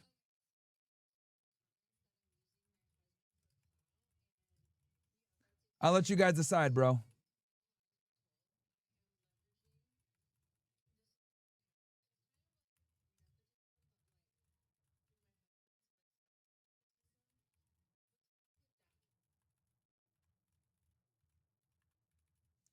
All right, I'll let you guys pick, bro.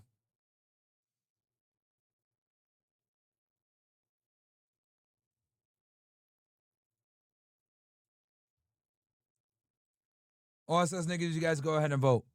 We'll go back to the Charlie thing while you guys vote. Polls there. It is the same as eating with a dog. Baba Messia 114b says Gentiles, goys, are not Got it. humans, they are beasts. All of which are And then- legitimate verses, but as I mentioned, that is not a canonical part of what is considered to be divinely inspired Judaism. Those are legitimate verses. Now that guy was reading from the Talmud. Anyway, look, the reason why I showed you that is because Charlie Kirk didn't blow people off. He actually engaged. And what Mark Levin is doing here is he's setting the stage to give himself a pass for his own cowardice when it comes to an opportunity in which I think he should have engaged in debate, but is unwilling to. I'll get to that in a minute, but first thoughts, Jake. Yeah, so first of all, it was a super unfortunate shirt that guy had on. Definitely. Second of all, look, I hate those Talmud verses, and I don't mean it in that. Keep getting ready to vote, ninjas. Keep voting. And just so you guys know, OSS is only $1, bro. So, let's see.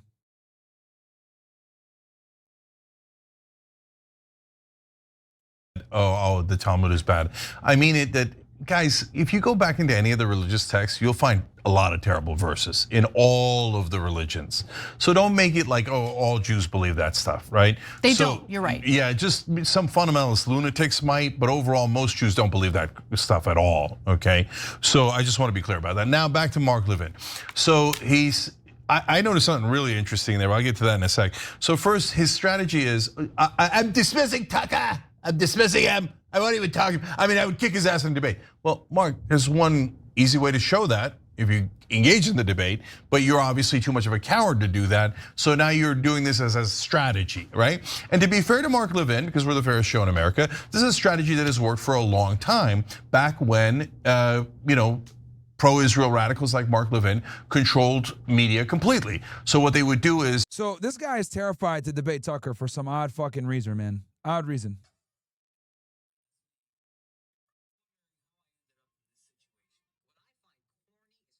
They would not allow you to speak at all. And he's saying, let's go back to that. Don't let the students speak. Don't let any real Americans speak. Don't let Tucker Carlson speak. And then we're the only ones who could put out the message. And they want to do a debate, by the way, on, okay, let's see what you guys are voting. Let me see, I'll just give these niggas a vote just because. Let's see what they say. Damn, 40%. 40% of you guys are saying OSS only. Keep voting, ninjas. Keep voting. That's the poll. Keep voting, guys. We'll have mainstream media tell everybody that Israel's a special ally and you owe them money and it's all your fault and you better give your money to Israel right away.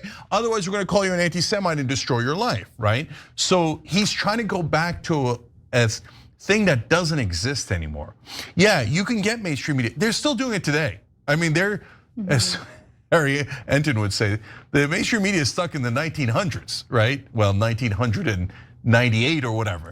So, and they think like, oh yeah, we canceled everybody. There's too many of us now. You're surrounded and you don't realize it. And so. And also, I just take offense to this idea that anyone who dare ask a question that is critical of the US alliance with Israel is by definition anti-Semitic and should be ignored. It's so taboo, you can't even ask that question. Now look, have there been instances in which someone who's actually anti-Semitic asked a gross question? I'm sure. I mean, Charlie Kirk did so many of these events, but that's not what he was referring to. He was referring to college students who are asking legitimate questions. And you want to know what happens when you blow them off and treat them like they're illegitimate?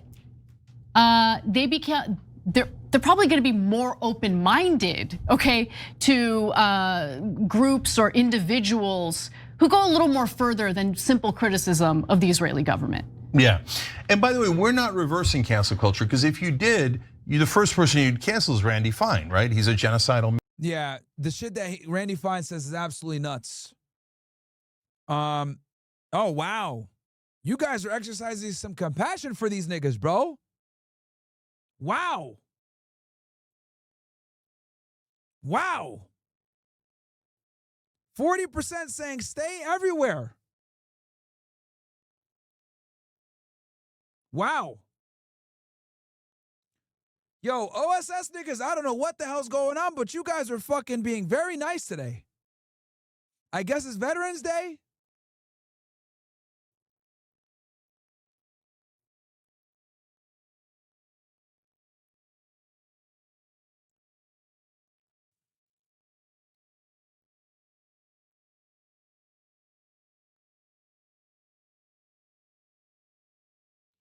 Niggas are saying remove kick, they keep crying about it.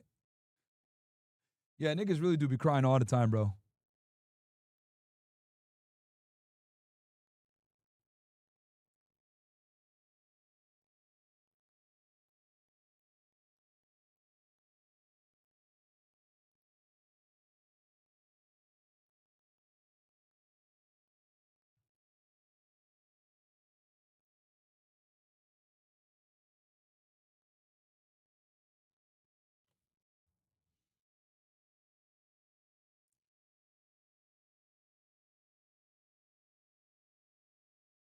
Damn, you niggas are actually having some compassion, it looks like.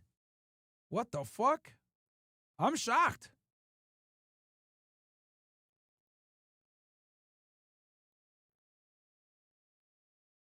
I am truly shocked, man.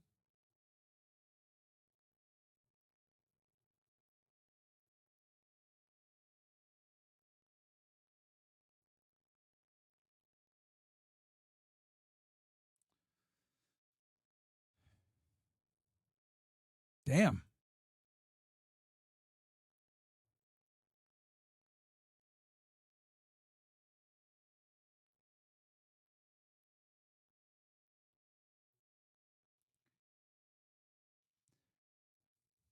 All right, we'll keep going a little bit for these brokey niggas. Maniac. He's disgusting. He's saying we should nuke or starve 2 million people to death. Anyone who talks to him or platforms him is obviously a monster, we would say, if we use Mark Levin's strategy. But we don't use that strategy because every American is allowed to have their own opinion. And I don't mind debating Randy Fine. It's the easiest thing in the world. I handed him his ass just last week on Piers Morgan's show. So we're not afraid of anyone, but Mark Levin knows that if you get into a real debate on Israel, he has no chance of winning. So, but the most important part of what you heard so far, though, is that you notice Mark Levin saying, I talked to a bunch of Charlie's replacements and I warned them about how to handle these students. Why is Mark Levin giving marching orders to the Charlie Kirk's replacements at Turning Point USA? Who made Mark Levin the boss of Turning Point after Charlie's gone? That is a super interesting, because they didn't ask me, they didn't ask any right wingers, they didn't ask Tucker Carlson. It appears the people they're taking directions from are, look at that, Mark Levin and Ben Shapiro. I'm sure it's a wild coincidence that they're huge Israel supporters. Now look, I do believe Mark Levin in that he just doesn't want to even have the debate. But this was a way of setting. And here's the thing, they never want to have the debate because these guys know they can't win, bro. They just can't win. Because defense of Israel is an indefensible position. And they know that. They fucking know that, right? So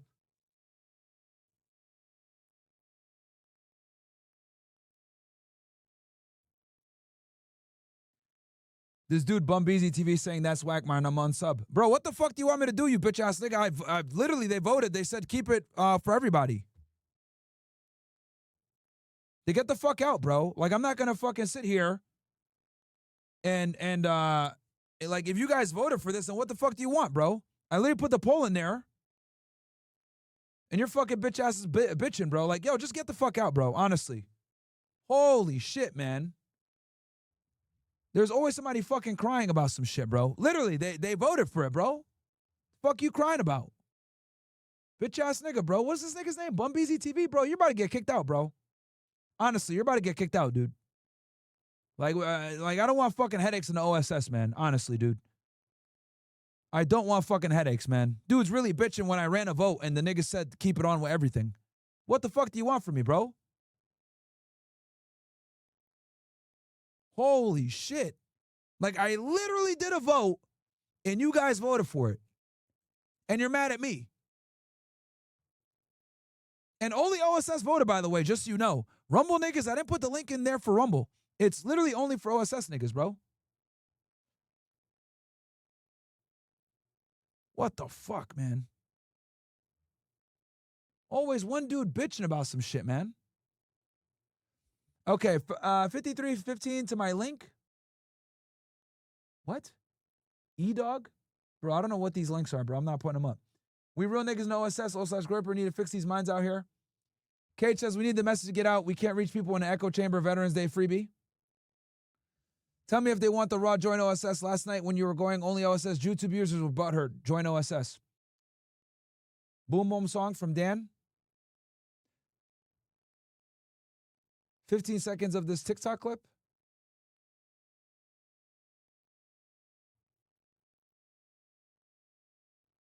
Yeah, bro, dude's really bitching about this shit, and it's like, bro, what the fuck? I did a vote. Like, don't be mad at me, man. Oh, I seen this already, bro. Painfully nostalgic for anything that'll give me a little quick fix. Yeah, I already watched this, bro. You're new here, nigga. Why, guys, don't send me links I already watched before. Come on, bro. Please, brother, please watch the last. Nigga, I just watched it, bro. Were you not here yesterday? It's Veterans Day. I'm feeling generous. Okay. Here, Mark, can you make yourself smaller? Because when you show the clips, a clip for you on you. Wait, what?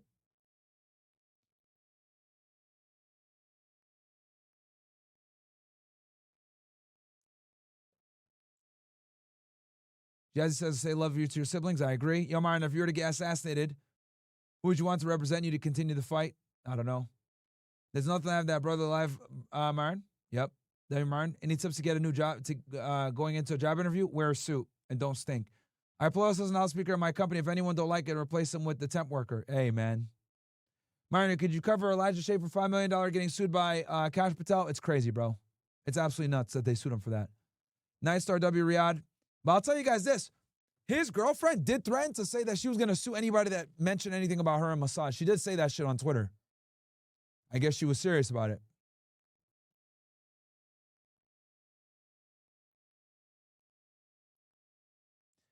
Ashley, Myron, I don't know if you saw this, but if anyone came across my dogs, is this like the Muslim guy? I think I know what this is.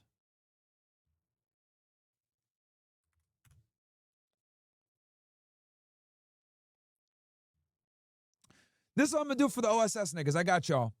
I'm gonna give you guys a fucking some content when we go to OSU behind the scenes shit. Fair? Does that make you guys feel better, OSS guys? I'm gonna give you guys behind the scenes shit that nobody else has because we're probably gonna pre-record this shit, guys. FYI. We're probably gonna pre-record this shit. We're probably not gonna live stream it at Ohio. So Brett will record some shit behind the scenes. It's only gonna go out in OSS. How about that? Fair? How does that feel, guys? How's that?